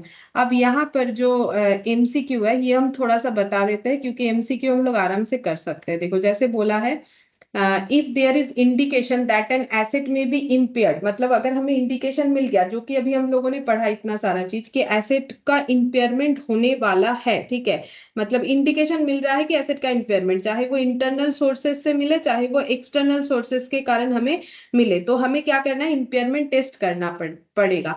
But the recoverable amount of asset is more than the carrying amount of the asset, मतलब रिकवरेबल अमाउंट जो है वो कैरिंग अमाउंट से ज्यादा है। तो फिर कौन सा ऑप्शन ट्रू होगा? No further action is required and the company can continue the asset in the books of the asset at their book value. फिर बोल रहा है the entity should review the remaining useful life scrap and method of depreciation and amortization for the purpose of AS10. The entity can follow either A or B. The entity should review the scrap value and method of depreciation and amortization for the purpose of AS10। तो देखो, अगर हमें indication मिला है कि asset impaired हो रहा है तो हमें इंपेयरमेंट टेस्टिंग करना चाहिए। इंपेयरमेंट टेस्टिंग के लिए हम लोग क्या करेंगे, कैरिंग अमाउंट जो हमारे पास क्वेश्चन में गिवन होगा, मतलब हम लोग खुद भी निकाल सकते हैं, प्रैक्टिकली अगर देखा जाए तो हम लोग खुद भी उस चीज को निकाल सकते हैं। ठीक है, तो कैरिंग अमाउंट जो है हमें क्वेश्चन के अकॉर्डिंग तो दिया हुआ रहेगा, प्रैक्टिकल लाइफ में हम लोग हमारे एसेट का कैरिंग अमाउंट हम लोग खुद निकालेंगे डिप्रिसिएशन लेस करके। रिकवरेबल अमाउंट कैसे होगा, जो है नेट सेलिंग प्राइस और जो है हम लोग का value in use whichever is higher के हिसाब से। अब बोल रहा है ये जो वैल्यू आया है, बोल रहा है कि recoverable amount of the asset ये जो है ये more than the carrying amount, मान लो ये 10 है ये 12 है। ठीक है, तो फिर हमें क्या करना चाहिए, तो इसका मतलब इंपेयरमेंट लॉस तो नहीं होगा, तो फिर हमें क्या करना चाहिए, बोल रहा है no further action is required and the company can continue the asset in the books of in the books at the book value of itself. बोल रहा है बुक वैल्यू में मतलब 10 पे ही करते जाए। The entity should review the remaining useful life scrap and method of depreciation and amortization for the purpose of A10। तो obviously ये वाला करना चाहिए, एंटिटी को चेक करना चाहिए। जैसे ही इंपेयरमेंट टेस्टिंग होता है, ये पहले क्लास में हम लोगों ने पढ़ा था, फिर कंपनी को उसका रिमेनिंग यूजफुल लाइफ चेक करना पड़ता है और उसी के हिसाब से उसके बाद डेप्रिशिएशन करना पड़ेगा। ठीक है, तो हम लोग का पॉइंट भी आंसर होना चाहिए। सेकंड बोल रहा है in case goodwill appears in balance sheet of an entity the following is true, apply bottom up test if goodwill cannot be allocated। नहीं, allocated होगा तो bottom up test होगा। apply top down test if goodwill cannot be allocated to CGU यानी कि cash generating unit under review. ठीक है, फिर यहाँ पर बोला है लेकिन टॉप डाउन तो अकेले नहीं होता है, बॉटम अप टॉप डाउन दोनों एक साथ होता है, तो ये भी ऑप्शन गलत है। Apply both top bottom up test and top down test if goodwill can not be allocable to CGU. हाँ, अभी अभी हम लोगों ने यही पढ़ा, ये होना चाहिए। ठीक है, फिर केस 3 देखो, केस 3 में हम लोगों को क्या बोला है, केस 3 में बोला है कि in case of corporate asset, अभी अभी जो हम लोगों ने एंड किया, इन the balance sheet of an entity the following is true. अगर कॉर्पोरेट एसेट है तो कौन सा ट्रू होगा, बोल रहा है कि हमें क्या करना चाहिए, अप्लाई बॉटम अप टेस्ट। ये बॉटम अप टेस्ट तो अकेले अकेले होता नहीं है। Apply top down test if corporate asset can not be, नहीं can allocable. Apply both bottom up test and top down test if corporate asset can not be allocable. सही, यही तो अभी हम लोगों ने पढ़ा। ठीक है, दोनों पे यही एग्जाम्पल तो किया, गुडविल वाला भी और ये वाला भी। ठीक है, तो ये हम लोग का मेनली एमसीक्यू के लिए इंपॉर्टेंट है, बट अगर नहीं एग्जाम्पल देंगे तो तुम लोग को नहीं समझ में आएगा, इसीलिए थोड़ा टाइम लगेगा। In case of reversal of impairment loss, तो रिवर्सल तो मैंने भी करवाया नहीं, ठीक है, तो रिवर्सल नहीं बता पाएंगे। तो ये 3 हो गया। यहाँ से अभी जो बाकी है हम लोग का, एक तो सीजीयू का क्वेश्चन है, देखो हम लोगों ने वैसे तो 10 11 ये कर लिया, अब बस थोड़ा ही बाकी है, एक 9th वो भी सीजीयू का है, क्वेश्चन देखने में बड़ा है, आंसर छोटा सा होगा, 6 नंबर भी सीजीयू का है, बाकी हम लोगों ने कर लिया। तो सीजीयू का जो है ये दोनों क्वेश्चन और एक ये रिवर्सल वाला है, ठीक है। तो नेक्स्ट क्लास में ये और आधा घंटा लगभग लगेगा, उसके बाद हम लोग नया ये स्टार्ट कर सकते हैं, ठीक है। तो अभी जितना करवा उतने अच्छे से करो, क्योंकि कैलकुलेटिव वाला चैप्टर है, बाकी हम लोग नेक्स्ट क्लास में करेंगे। Thank you ma'am. बाय।